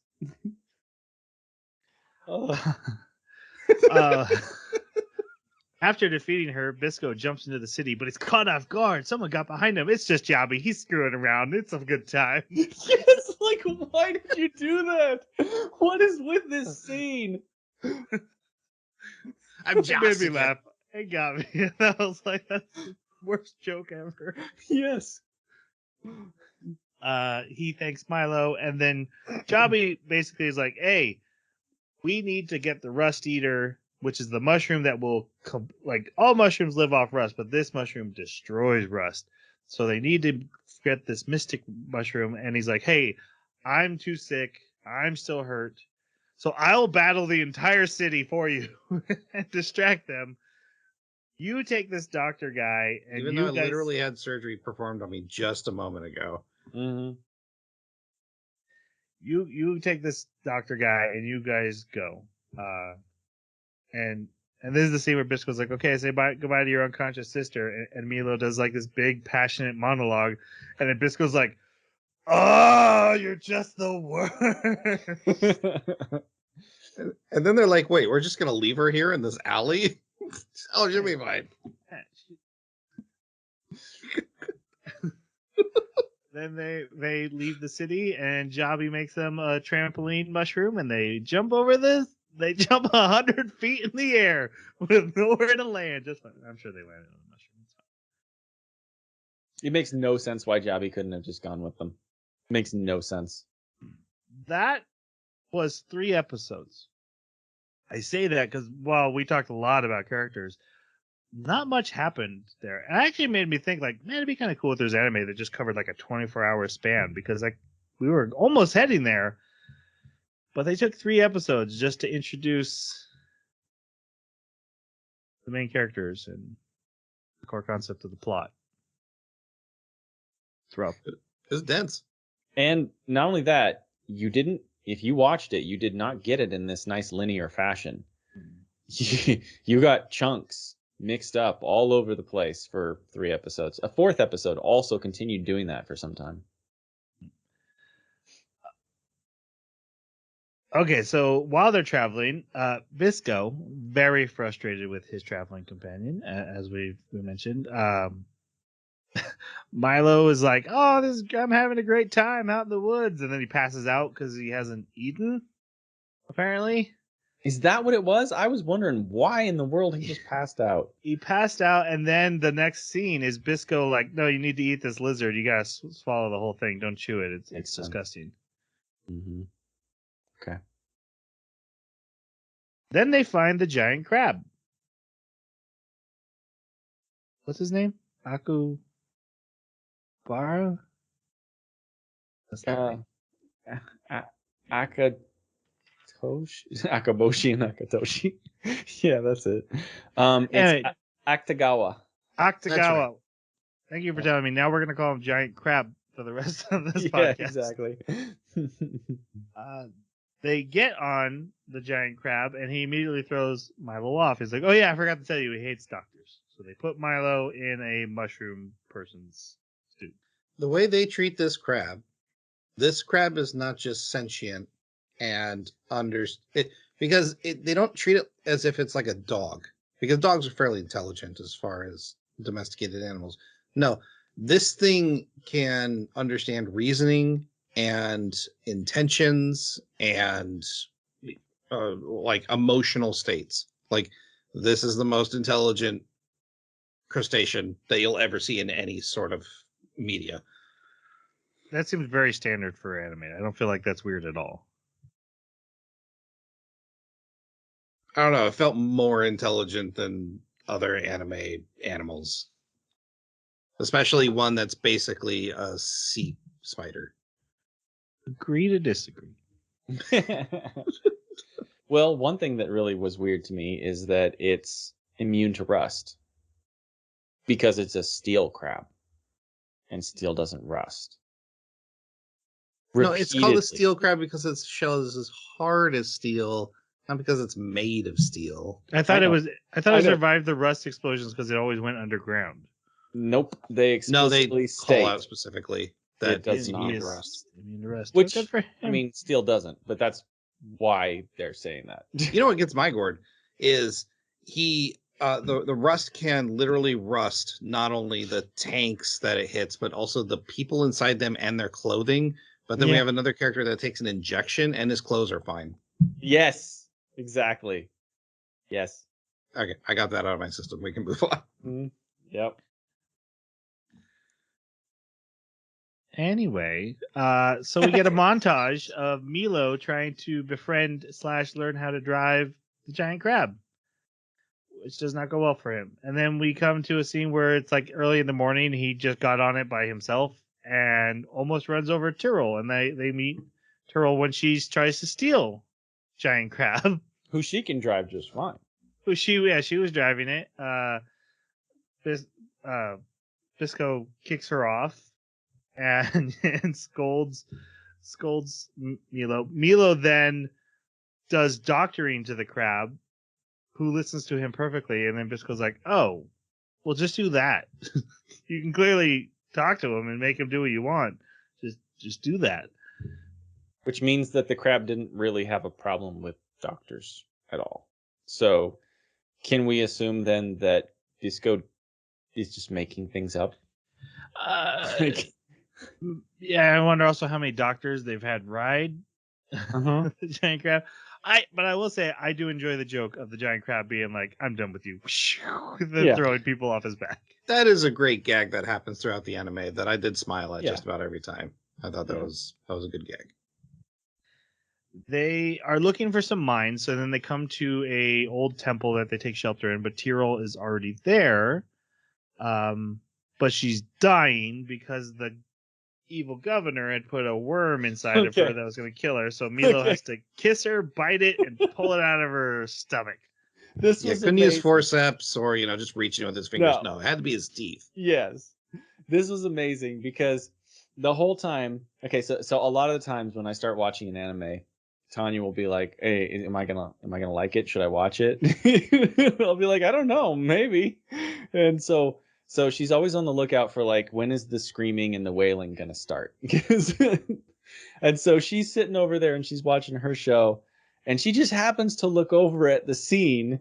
And she hadn't seen anything about this up to this point. She looks over at the scene where T-Roll is sitting in front of the campfire making her noises.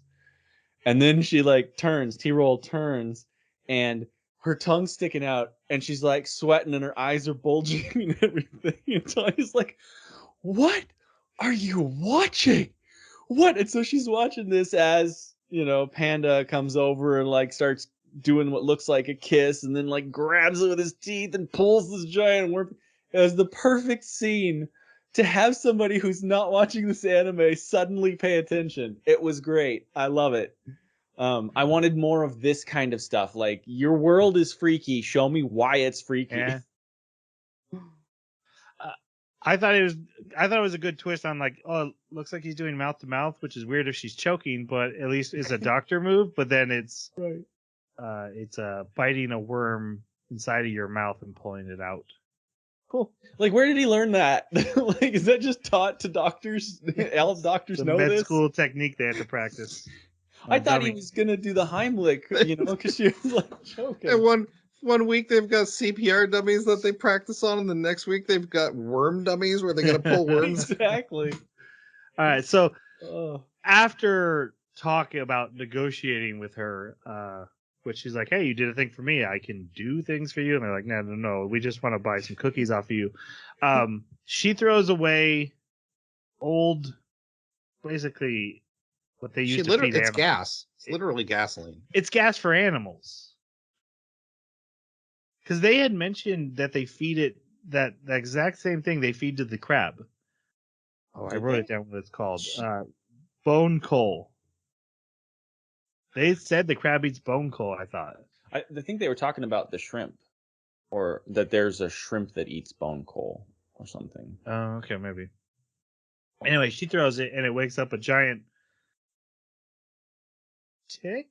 It's supposed to be a shrimp. The shrimp? Temple on its back? Mm-hmm. Yep, the temple's on its back. It was sleeping underneath. This scene's weird because it's from Bisco's point of view. He wakes up.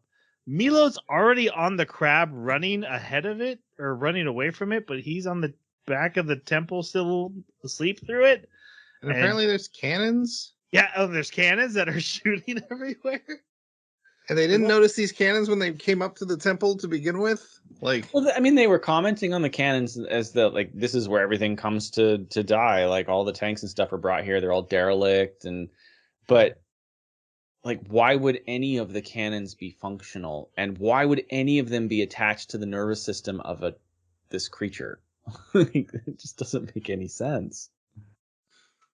Anyway, Milo manages to drive the giant crab just the right way to smack open its head so that Bisco can shoot an arrow and they defeat it and kill it, but it still fires its cannon and destroys the mine, so they're going to have to go the other way. And then Tyrrell steals all their money, but also leaves all her food. So it's a forced transaction. Forced transaction. Okay, no, we talked about lazy writing. This to me is the biggest example of lazy writing, but it matters more in the relationships. But this is a just perfect example. We have a scene where they're like, "Oh my god, we have this giant box of food she left us." The next scene is they're clearly in a different biome, so time has passed. But they're like, "Oh, we are starving." It's 1 second later from when you show the audience they have all the food to they have none of the food, and not one person says like we ate the food too fast or Bisco hogged it all or Milo dropped it in a river. It's just, hey, so much time passed between 5 seconds ago that we are now starving to death, even though again we're on a 1 month timeline because Jabi's going to die in 1 month, so they have 1 month to get the cure back to Jabi. And Jabi doesn't die in this anime, spoilers, so no more than 1 month could pass. And you got to look at it this way. They've got to get to their destination in 2 weeks so that they can get back in time. Mm-hmm. And they had a giant box of food. And they're not to their destination yet. So we're talking, this is the span of less than 2 weeks. Yeah. Yeah. In addition, you have to remember that the mushroom people, they know how to survive in these lands because this is what they do. So why would they even need food? He should have zero problem growing mushrooms to eat and catching, frogs and lizards and stuff. There should be no reason to worry about food. It was such a weird transition of like, hey, we did this thing where we gave them food. I don't know why they need to give them food. But then the next scene, like, we need them to be starving, so that's what they are now. To set up the next plot. Which is because they see a single watermelon growing out in the desert, and then a little kid grabs it, and they chase after him to steal it back from a child. I know, what the hell? Are we the villains? And this leads us to Nuts Gang. This is I don't know that name. So weird. A city of the children of fishermen. And they take Bisco hostage because they think he works for the evil governor, which they know about him apparently. And Bisco's like, evil governor? But these kids know. And Bisco's like, no, I'm wanted. And he does this on purpose. He wants to be captured so that they'll feed him. And so they take him hostage so that they can collect the bounty. And they do feed him. Their parents all got eaten by giant blowfish that fly through the air, similar to the giant whales that we see in the OP but never in the anime. Not all of them. Some left for work. Mm-hmm. Okay. To work for the governor. The special forces. Yeah. Oh, the guys in suits, are these guys' parents? That's why they wear the bunny. They're forced. It was a forced thing. It was like, you come and do this, or we're gonna basically destroy your town. I watched the anime. I did. And I believe was there. They also wear the bunny hats to like conceal the shells on their face and stuff because they have this skin shell disease. Because he's not treating them. But anyway, what happens is Milo's like, hey, it's really easy to cure these shells all over these kids, so I'm going to do that. And then Bisco, one of the kids, is like, hey, I love mushroom growers. Here's a map to the subway. My dad said one of you guys cured me once, so I'm going to be nice to you. Also, I got to go pee, and I'm going to totally leave you all by yourself. Bye. This whole story arc could have been left out. Yeah. There was no reason to be introduced to these kids. There's no reason to be introduced to this town. There's so much more they could have done with the story with the time that they took to do this. I thought. So later on, we find out, hey, there's these giant monster people that exist, and these kids live inside the body of one. And I was like, oh. Which is not relevant to that storyline at all. Right. Well, I thought we didn't I was know like, that yet. That's why we went to the kids. We needed to know where the second monster was going to come from, the one that the good guys are going to control. Oh no, it's gone. Nope. Kids were not relevant. I thought the exact same thing. He's like, the thing's walking towards the head, and I'm like, oh, here we go. This giant is no. Fight. Nope. Anyway, they win with love, friendship, and mushroom power. Bisco beats the fish for a translation of the map because he can't read kanji. Yeah, so the blowfish show back up and attack. And so Yeah, blowfish come. They're machine guns. Don't worry. They give him a spear, a fishing spear, and they're on their way. Yep. Oh, this is actually one of my. There is actually another thing going on in this episode. So there's two things in this episode I really like. None of it had to do with the kids. Pawu, her bike gets a flat tire while she's searching the countryside for her brother. And she saves this old couple from a monster, and they're like, she finds hey! the Rimworld colony. Yeah. A Rimworld colony that deals in hats. Yes. Basically, what you would expect from like the Walking Dead storyline, like, hey, come into our house. We're totally not going to murder you. Drink our tea. Totally not going to murder you. Oh, hey, by the way, we're going to murder you. She catches them. Zombies attack her. Yeah, they're like creating zombies in the back room from people that they've captured. Yeah. She gets out and they're like, well, it was fun while it lasted. And then kaboom. And I don't know if they either killed themselves or just sealed the cave so they could live with their zombies forever. But honestly, one of the most intriguing storylines in the whole like creepy post-apocalypse world we get. Like, oh, that's a post-apocalypse story. That was cool. Yeah. No, we're not gonna touch on that no more. Well, and it was so confusing. It was so confusing what they said too, because when they're about to blow the thing, they're like, "We won't bother anybody, but you don't bother us, okay?" And then there's just this massive explosion. It's like, why did you even say that? No, I think they sealed themselves in because they knew that she was part of the watch, and that if she gets away, they're coming back with reinforcements to come get them. So they were like, let's seal ourselves in. But it looked like the explosion was coming from behind them. Yeah, it sure Right. did. But this is Sabikui Bisco. So yeah, they survived it. what is important is that they confirm her suspicions that the mushrooms make the rust, because the mushroom guy came through here and rusted everyone. And we find out later it's the governor, which is super obvious. I felt. Yeah. What's weird is she takes this as like, oh, I was 100% right about mushroom keepers. And then these guys turn out to be psychopaths. And then she's like, I still trust that story completely. Exactly. Yeah, I was thinking the same thing. The anime is like, no, that story was true that they told. And I'm like, it's weird that they're the source of that information. That is, after what happened, I would have been like, nothing they told me was real. I don't believe anything. Yep. I'm going back to square one. Yep. You know that murder couple making zombies? Yeah. Total trustworthy news source. The other scene I really like is how Kurikawa catches Javi. So when his goons are looking for him, and then they come back and like, oh, we couldn't find him, and he's like, okay, and he snaps his fingers and everyone drops to one knee except for one guy. And I was like, why didn't that guy drop? Oh, and he captures Javi, and that's how Javi gets captured. But I thought that was a well done scene and a clever move. Yeah. I thought the funniest part was how like when he didn't go down immediately to his knee, he then slowly started to like, nobody's gonna notice. Or, oh, my knees can't do that anymore. Exactly. One of those 6 bullets must have been in my leg. All right. Milo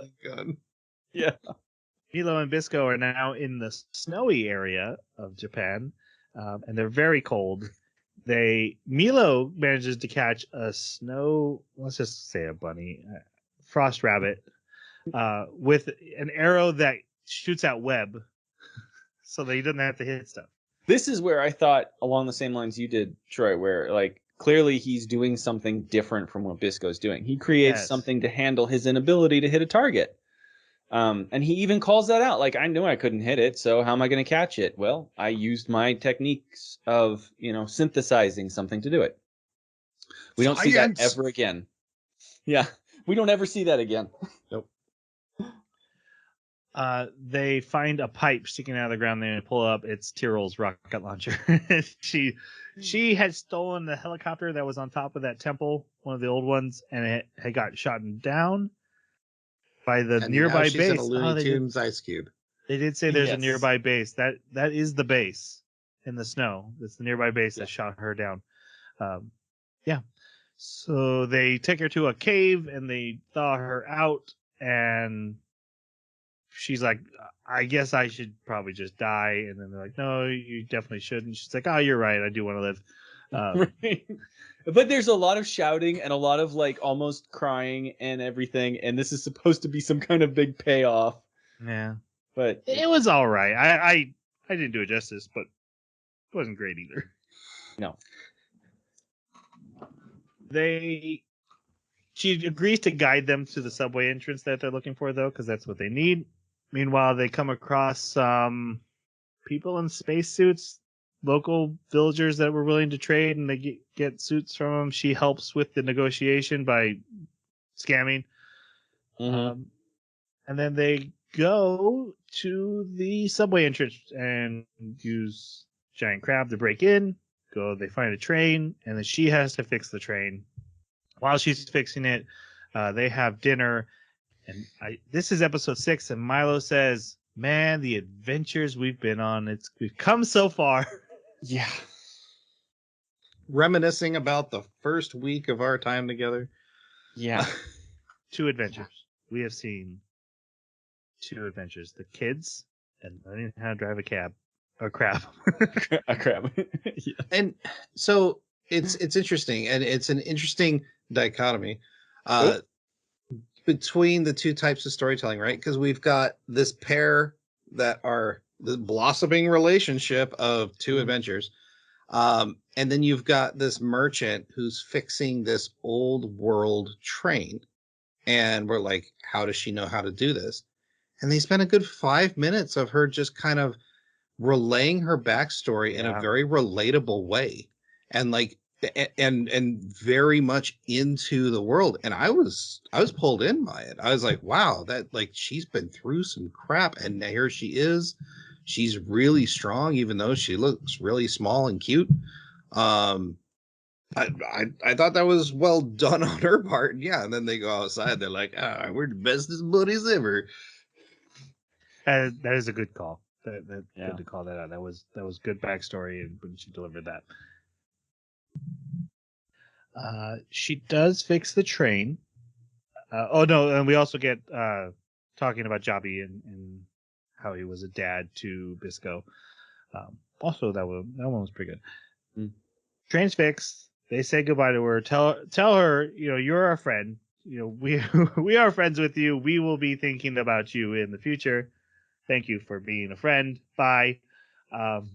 Train launches. Being a friend. This scene was actually really well done. From her point of view. This scene is one of the reasons I'm okay with how fast Bisco and Milo's friendship grew as strong as it did. Because I take it as they each have one person in their life that they have a social life with. One's a sister, one's basically his dad. They seem like very lonely people, and they find each other and are like, okay, I have a best friend. And Milo has met this girl twice, and he's like, hey, you are a close friend. You are like one of our best friends. They just seem very desperate for companionship. So the fact that these 2 very lonely people have decided, like, we're going to be partners for the rest of our lives after like a week together, again, it wasn't presented in the story, but I could buy it based on context clues. I don't know. I don't know if I agree with you on the side of Bisco. Totally agree for Panda. But Okay. Bisco he's very obnoxious, standoffish. He looks Not nearly as codependent. Yeah, he's not. He's a very independent guy. So I would find it very difficult to believe that he could grow that close in a week or 2. So to be clear, when I say I thought this was a really good scene, the animation and voice acting done for T-Roll as they're leaving and she's hesitating whether she's like, hey, am I part of the team? Are we friends? Like, do I want this in my life? Mm-hmm. And she clearly does, but she's too afraid to ask for it.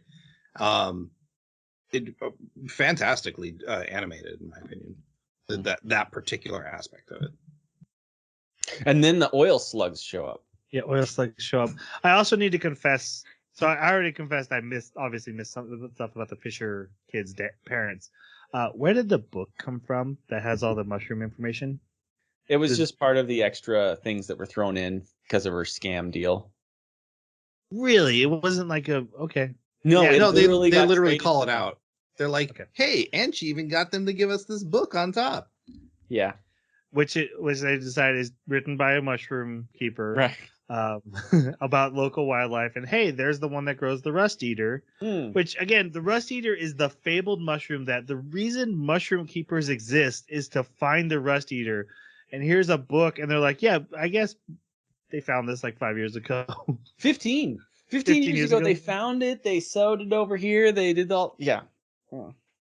Okay, So weird. so they need to find the pipe snake. This is so weird.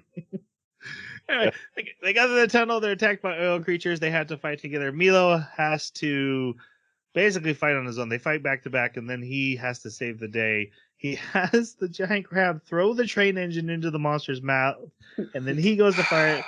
Bisco gets free and does the... Guys, this was literally in Bridgerton season 2 of like, I'm going to show you how to shoot and put my arms around you. It's like one of the most romantic trope moves ever. Oh my god. And they have Bisco do it to him to be like, here's how you shoot. You just look and you believe. And he kills the monster. And by the way, this thing is not even 100 feet away from them. Like Yeah, it's we're like talking, point this blank. is like 20 feet. Yeah. giant train engine in his And mouth. also, Big like target. this train, realistically in the time frame, has probably saved them literal days of time, and they've just destroyed their only mode of transportation back that direction. Yeah, they had to poison it Mhm. to get rid of the monsters. Mhm. They come out the other side and immediately find the pipe snake. It's like waiting right Creepiest outside thing I've the ever train. seen in this anime. Yeah, I actually really like the creature design. Like it's Yeah. a big flying Zero Or explanation, by the way, which really mouth- upset me. mouths on both ends, giant humanoid fingers like And legs. And And then human legs. legs on the back half, or Yeah. maybe front half, depending on which side way it's flying. Yeah. So Really cool looking design. It looked like each head kind of looked like a shark head with flat teeth too. yes. Mhm. So there's this giant ravine that it flies in. So they each get on one side of it. Bisco goes to the other side, and they start chasing it. And then Pabu shows up. With murderous intent. Yeah, she attacks Bisco, but then she's immediately grabbed by the pipe snake. They And have knocked out. And knocked out immediately Yeah, by yeah, just a you're right. couple of fingers One- picking her up. She got fingered. It got her. Yes, the pipe snake. um, Fingered so hard she was knocked out. oh God, stop. Hey, you started it. Oh. They have Milo and the giant crab jump on it and start fighting it, and they drops Pawu. Bisco saves her. They jump off. They get caught by its giant tongue, which apparently it has. They cut off the crab's claw, although it comes back later. Which I mean is normal, just not in this time frame. do crabs grow claws back? I didn't know that. I believe some of them I'm do. pretty yeah. sure they do. Okay. Anyway, eventually Bisco and Milo get eaten by it. That's really important. And then they grow mushrooms inside of it and kill it. And they grow How? the rust eater. What do you mean, how? It's got 2 heads. They destroyed one. Right. Why did that kill the whole thing? Anyway, it's dead. They grow the rust eater on it, and they're like, hey, this rust eater doesn't work. It sucks. And then Bisco's like, well, let's go hunt another one. And Milo's like, you're about to die. This is only one of many times that Bisco will be about to die. Yeah. Like, you're about to die. We're not going anywhere. He grabs him, and he gets some of Bisco's blood on his hands. He touches the Rust Eater, and the Rust Eater starts glowing, and he's like, "Oh, guys, I figured it out. Pure blood, mushroom hunters, growers. What are they called? Tenders. What? Mushroom tenders. They are not called mushroom tenders. Mushroom Aren't they? keepers. Keepers, Mushroom thank you. Okay. Tenders. Let's go with tenders. Like Not chicken tenders. like chicken tenders. Yeah. I want to point one thing out here, by the way. It just so happened he had Bisco's blood on his hand, and he's like, "Oh, it must be keeper blood." He didn't test any other blood. Right. It That's a could good literally point. just be blood, but no. Yeah. They establish it's only keeper blood in a particular type. You act like we have time for that. Yeah, so he's like, yeah, if you're apparently that they're a race. Pure blood keeper. They have to be a pure blood of to, because I thought like, oh, Milo's becoming one of them, and nope, you don't get to join us. Yeah, and so they need the blood to grow the rest here. So he makes 2 cures, one for Jobby, one for his sister, and then they give them to his sister, and she's like, "Oh, okay, I'm on board with everything now. I'm a good person." They're like, "Hey," she's like, "I'll take the cure back to Jobby," and then she goes over to Bisco, and she's like, "You keep this, because oh no, I skipped a part." Governor shows up in an airship. Bisco jumps 1,000 feet up to the airship. Mm-hmm. They shoot each other, and he shoots Bisco with a rust bullet. His giant airship picks up the giant snake and flies it away. Then they figure out about the cure.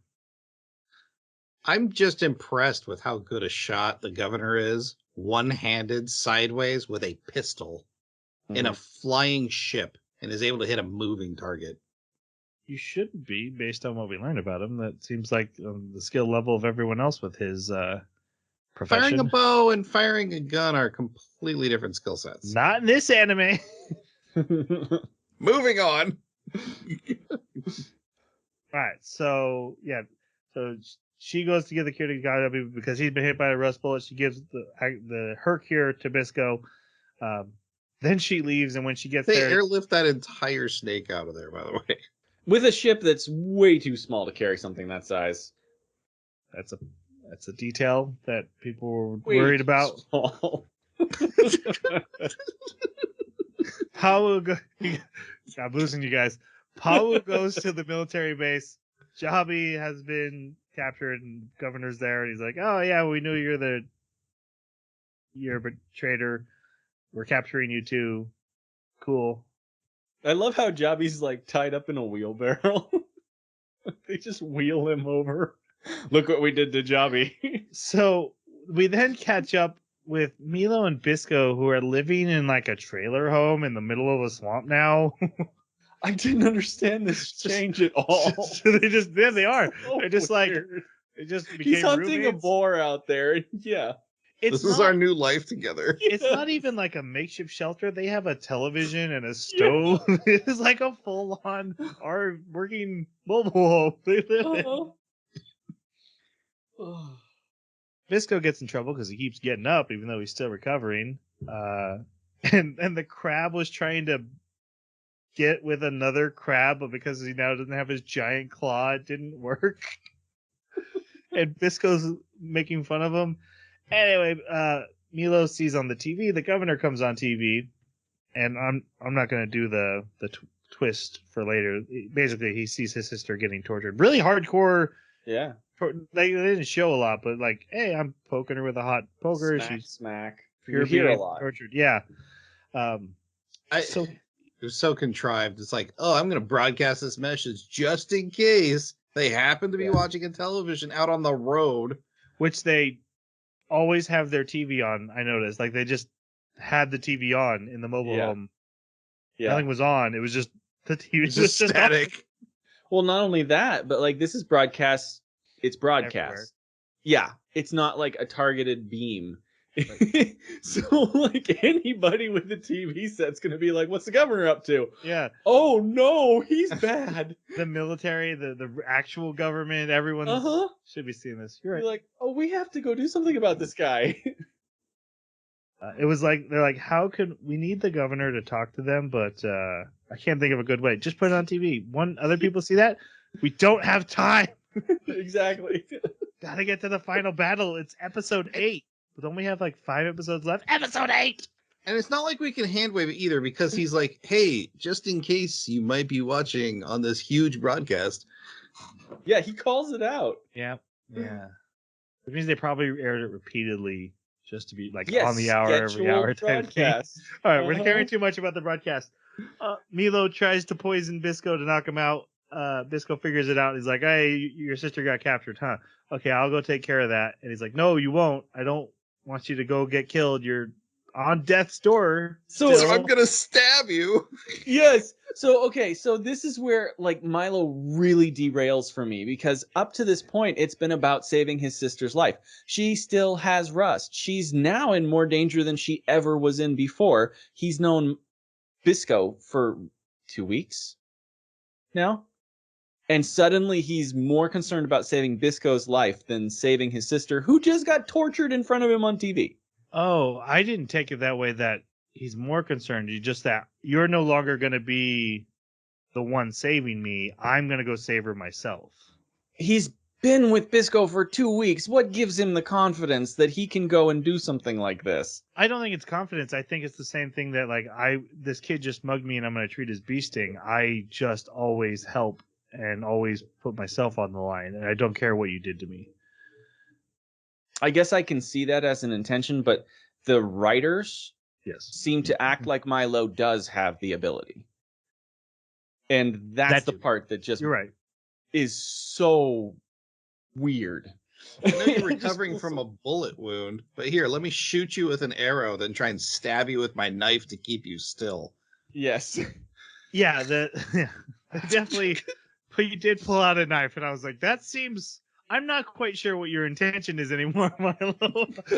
I will keep you here if I have to flay you.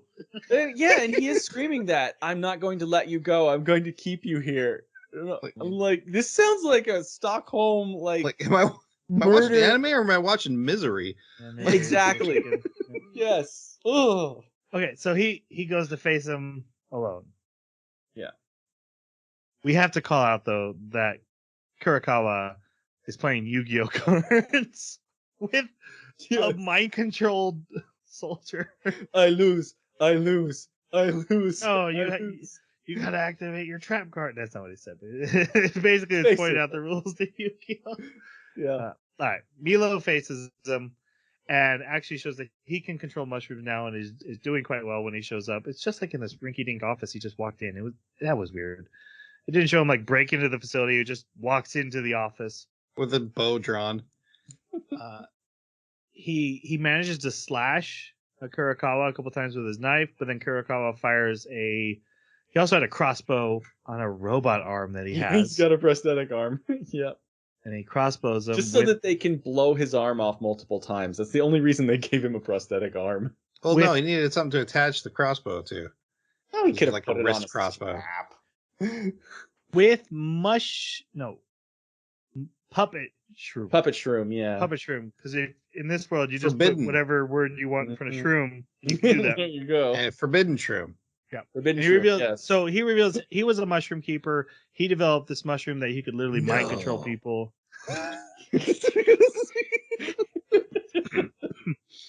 And he's like, okay, Milo, I got your sister. I got you. Give me the secret to the Rust Eater. I can't get the Rust Eater to work. I need it to become a billionaire so I can have the super cure. And become king. Become king of the world. Give me the cure. Give me the secret. Come on, guys. We gotta get through this. I love it and hate it at the same time. It's so bad. It's almost good. Milo refuses. Bisco shows up to save him. Blows off the prosthetic arm. Everything's going great. Okay, when he blows it off, the guy's like, ow, ow, ow, ow. It's like that had on been. the ground for so long. He also says that had been real, that would have killed me. And I'm like, after everything we see next, I don't believe that anymore. Not at all. Yeah, because then he takes an arrow. No, that's Yeah. later. So he makes Milo shoot Bisco 3 times. And then he's like, okay, now tell me the secret or I'll have you kill him. And so Milo tells him, okay, it's the blood. Oh, great. But you're too dangerous to leave alive. I'm going to have to kill you, villain. And so he has him shoot Bisco again, but Bisco catches the arrow with his teeth at near point blank range, throws it back, and it goes through Kurikawa's eye. Yes. But he's fine. Yes. He goes down for a second, but then he's like, "Oh, I'm still winning here somehow." Uh-huh. With the amount of blood loss this guy's had, I'm just amazed he's still up and walking around at this point. There's no way that's not brain damage. I totally agree. You can't go past the eye without hitting the brain. The brain's back here. Yep. Also, to throw an arrow with your teeth with that much force. Yeah, like I like how that crazy scene. That's not even like I can't even take time to question that. I'm like, I have to focus on the eye. Yeah. Jabi has escaped. He's also freed Pawu. He shows up. He saves them. And then he's like, hey, take Bisco and run. And then immediately captured. He's hit by a net. Immediately one arrow, and then a net just takes him. And his expression and everything is like, oh crap, I got caught again. It's so bad. And then while Milo's running away, everyone's faster than him, and he gets hit by six rust arrows in the back. So now he has rust. Well, he's literally carrying he's carrying Bisco. And Bisco gets hit by one of the arrows too. I think. Yeah, in his shoulder. In his shoulder. Yeah. So before this, he's been impaled with 2 bolts in the chest, and then now he's taken 6 arrows to the back. He's just a doctor. He's not a mushroom keeper. No, he's fine. He's a doctor. It doesn't make any sense why he's able to keep moving. He does pass out here, and he tells Bisco, "You stay alive." Oh, I wrote it down. This is my favorite. This is my favorite line. Yes, this is my favorite line. Upset you had to write it down. What's wrong? Are you okay? That's what Bisco says. I thought the exact same thing. He's laying there. I will say I did say it's like what's wrong? It's Jeremy. Come on. Are you okay? It's not like he got hit with 7 arrows. It's true. Does it hurt? Episode 9, guys. Gotta land this plane. Wow. Then this is the scene where I got really frustrated. This is the in the cave holding hands. Milo's eyes are bandaged. Like he lost his eyes, and I'm like, oh, that's not going to be real, is it? I didn't believe it. I was like, there's no way. Well, he didn't lose his eyes. The rust had just taken over that part of his face. Therefore, he was blinded. Temporarily. Anyway, he holds Bisco's hand, and he's like, you're going to leave. Bisco's like, yep. He's like, okay, don't leave. Yep. You're going to be here with me forever? Yep. Till we die? Yep. I'm going to go sleep now. Okay. I'm leaving. Very sentimental, very much. This is the part where I'm like, look, if you're gonna tell your fans this is the way you're going, then go this way. My opinion. I was confused why you would leave a recovering person in a cave by themselves with a fire that's probably going to go out in another hour. Mm-hmm. Yeah. Anyways. Also, Bisco starts describing the relationship like father and son. And I'm like, I did not get that vibe anywhere. Like, oh, I got to train someone like my father trained me. Now I know what it's like. And I'm like, I mean, I guess a little bit, but I guess at best, older brother, little brother. I do love the mixed signals of Milo thinking he's got a blossomy bromance and Bisco going, yeah, you're my kid. Yeah. Well, plus at the same time, Milo's like, I really want to set you up with my sister. Yes. Yeah. So in the scene, he's like, oh, we're going to be together. We're going to be forever. together. My sister has giant boobs. You want to marry her? Exactly. Hold, This was the hold my E-cup hand. moment. Hold my hand and lay with me by the fire, Bisco. My sister's got great big songs. Okay, this is really important because there is a scene earlier. I believe it's the scene where Jellyfish is with them, Tyrol's with them in the subway. And they're sitting there and they're talking about his sister.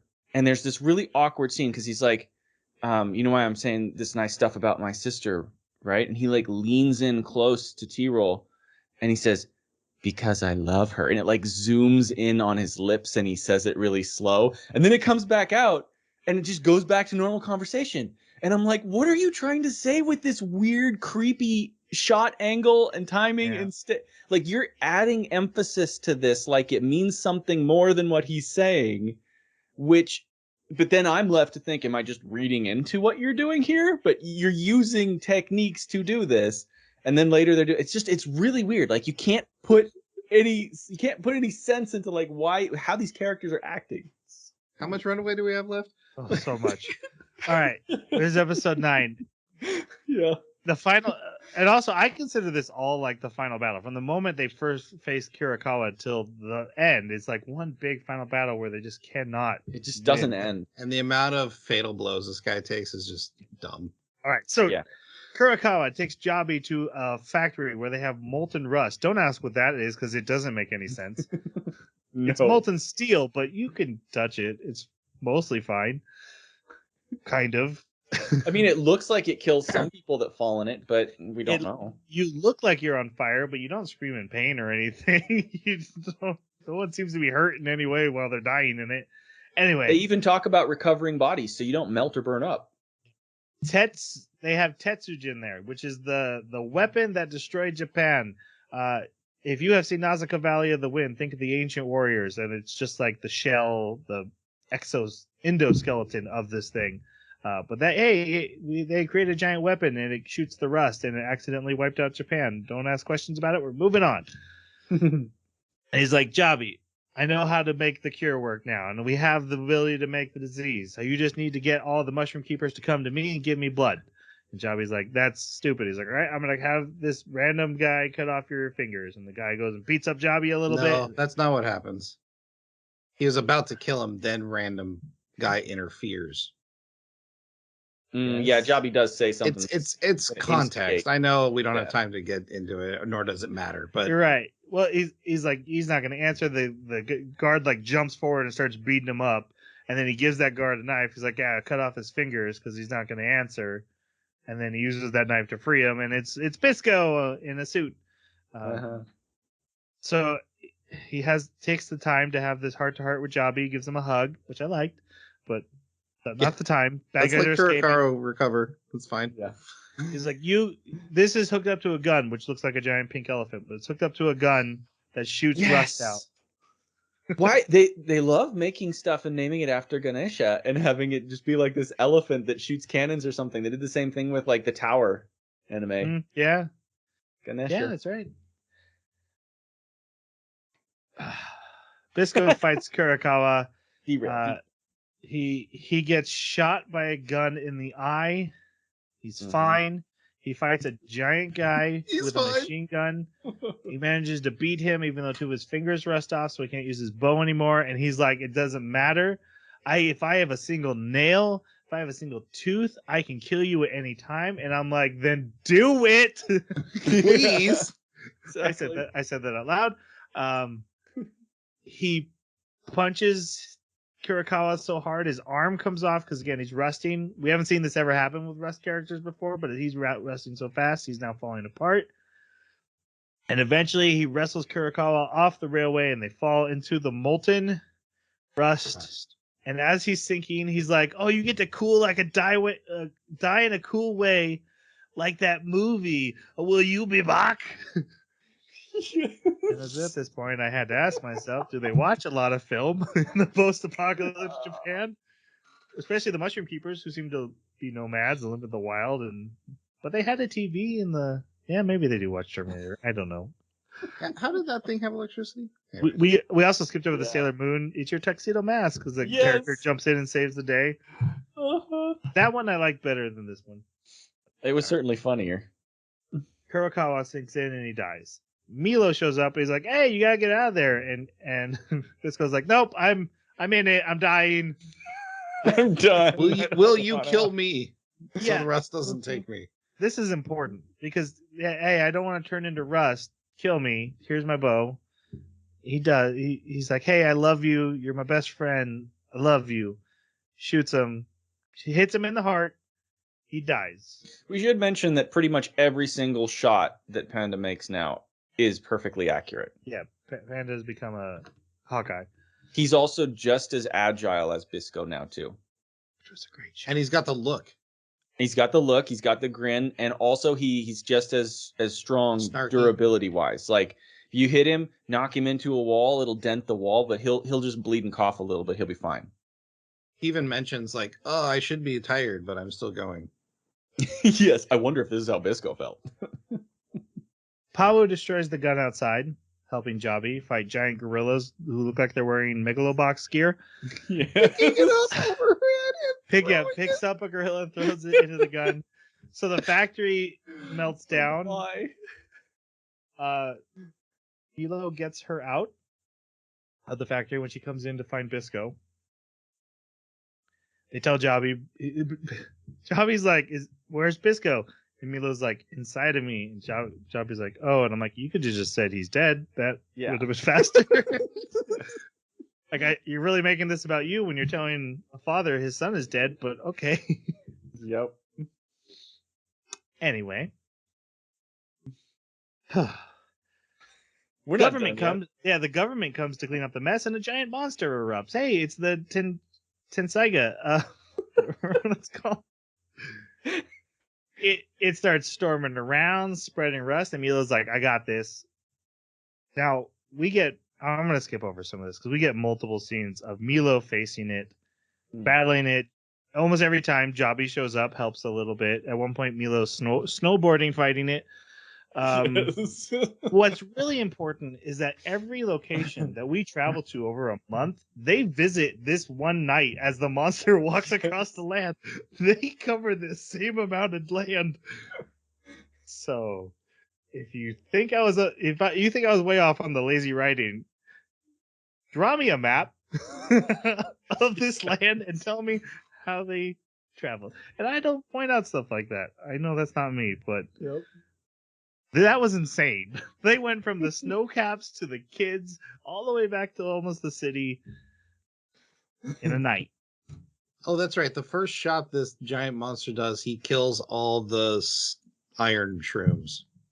Yeah, Yep. he takes out that valley where they killed the pipe snake. Yep. So there's no more Rust Eater. Yep. Tyrol goes to that one base in the snow, and a helicopter lands and like, "Hey, we're a helicopter with exposition. Bisco just died." And then they see the monster. She's like, "Oh, the monster's here." And she tells the soldiers, "Hey, you need to go fight this." And they're like, No, Pabu's not here.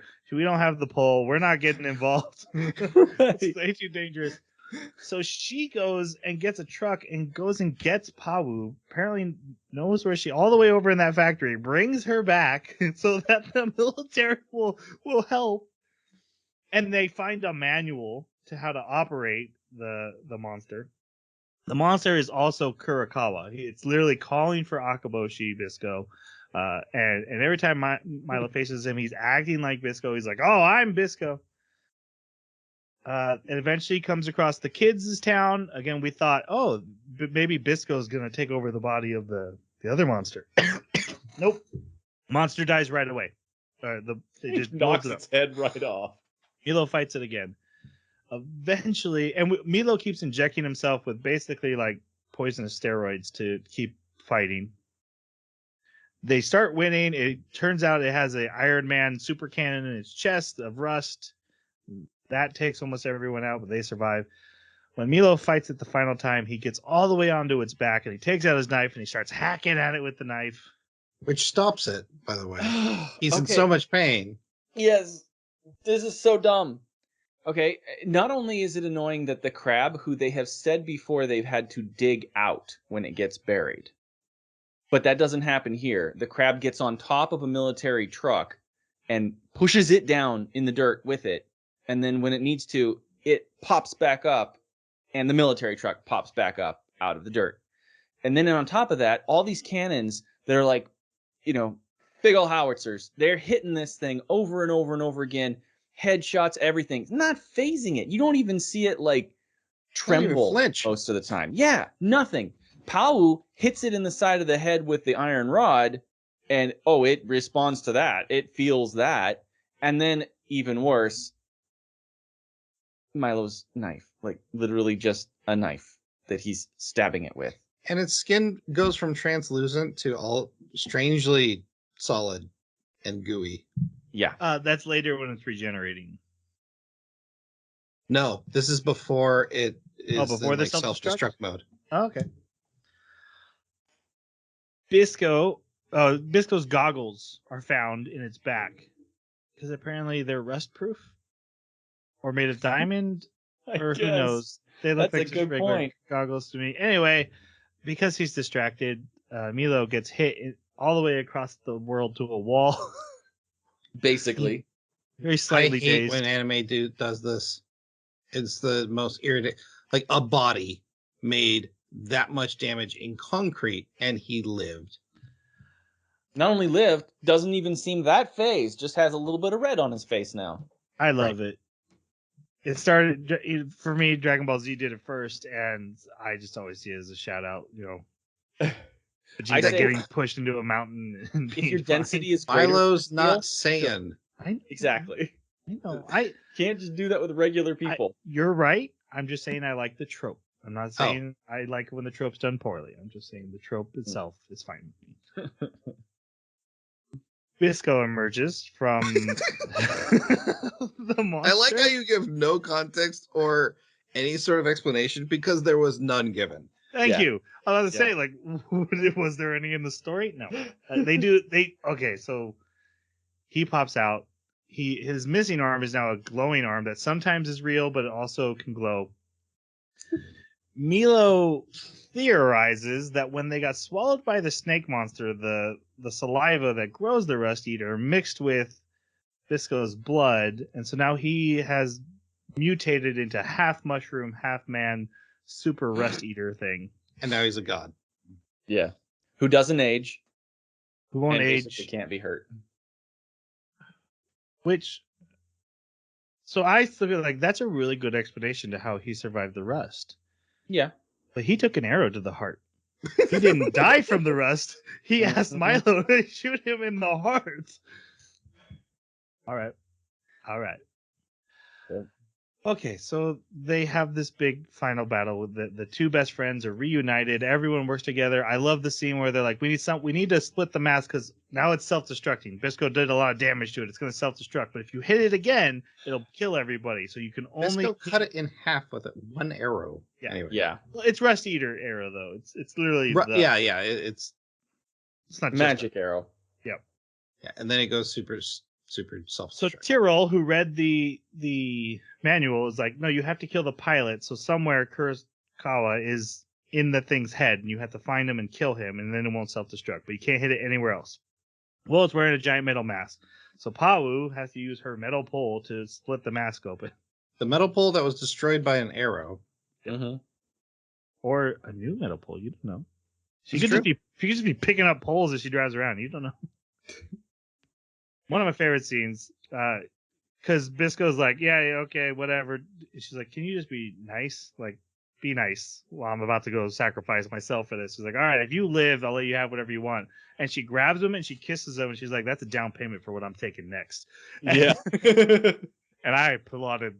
Like, good for you. Yep. You go, girl. So yeah, she rides a giant crab. She hits the mast. She splits it. She goes flying. They make a mushroom to carry her down. She's fine.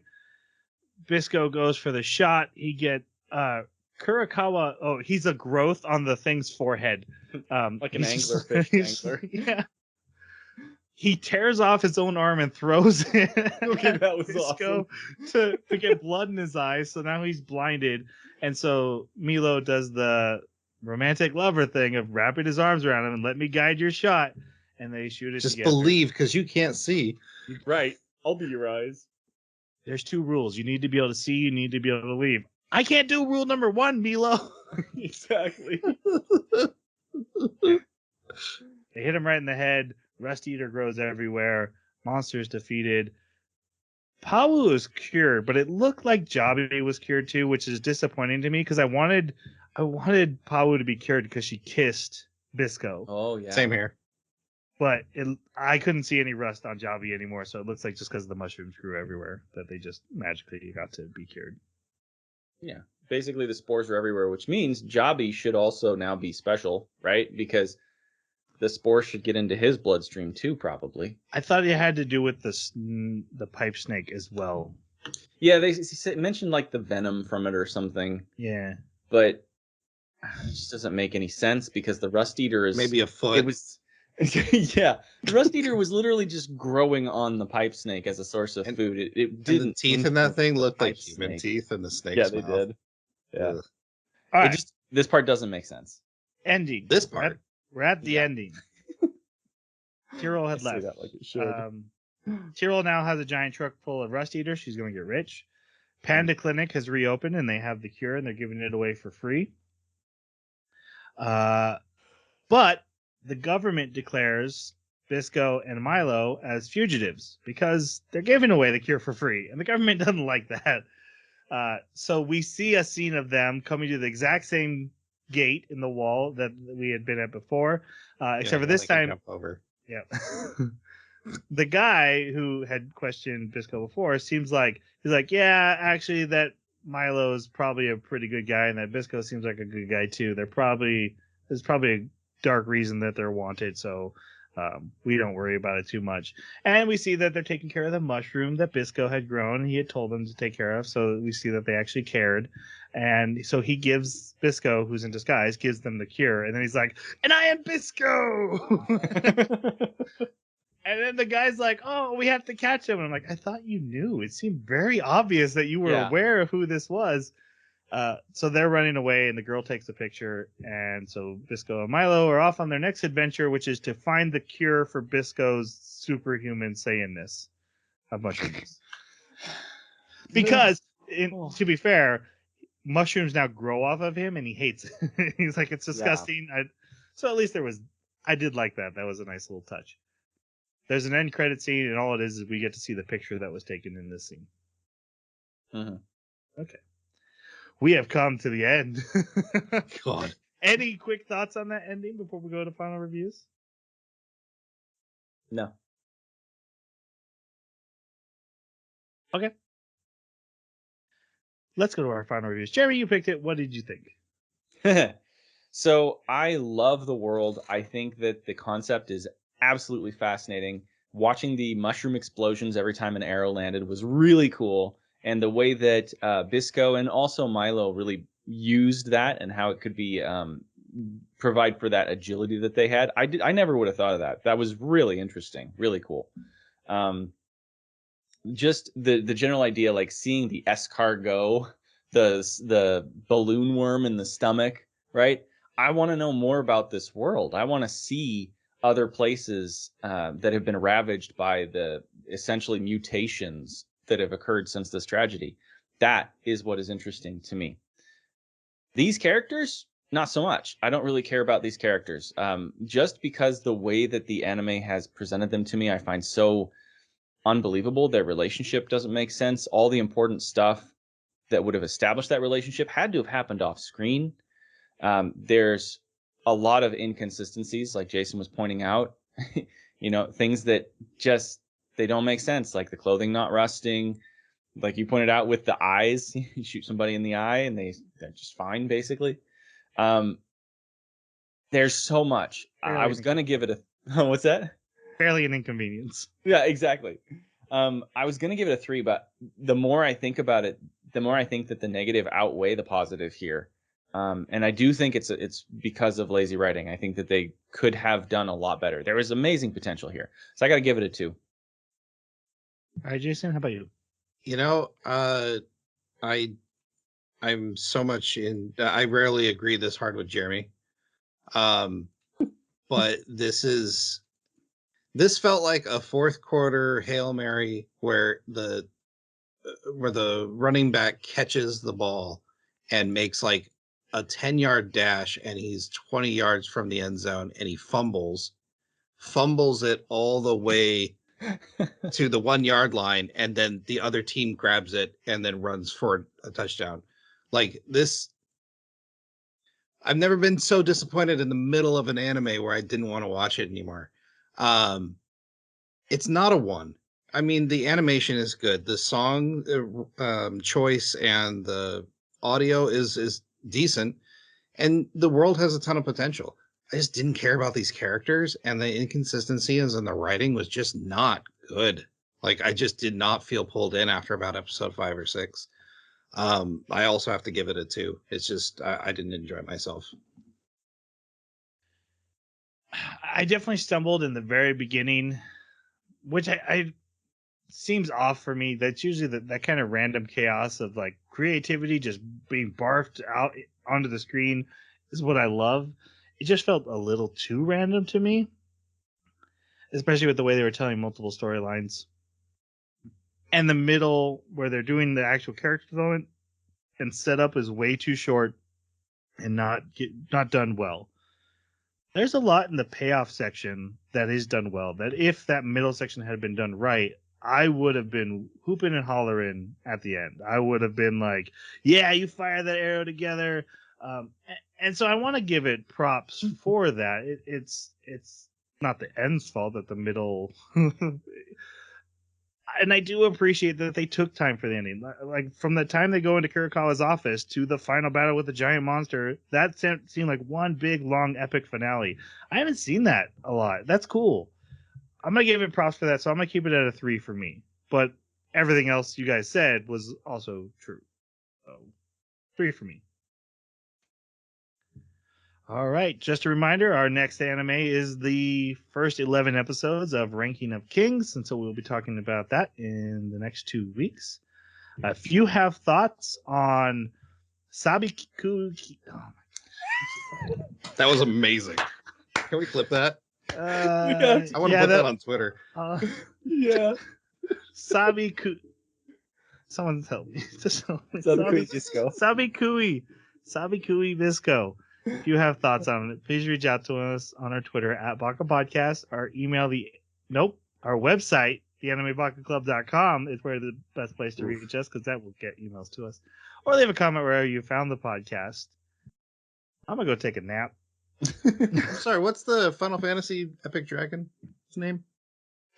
Oh, no. In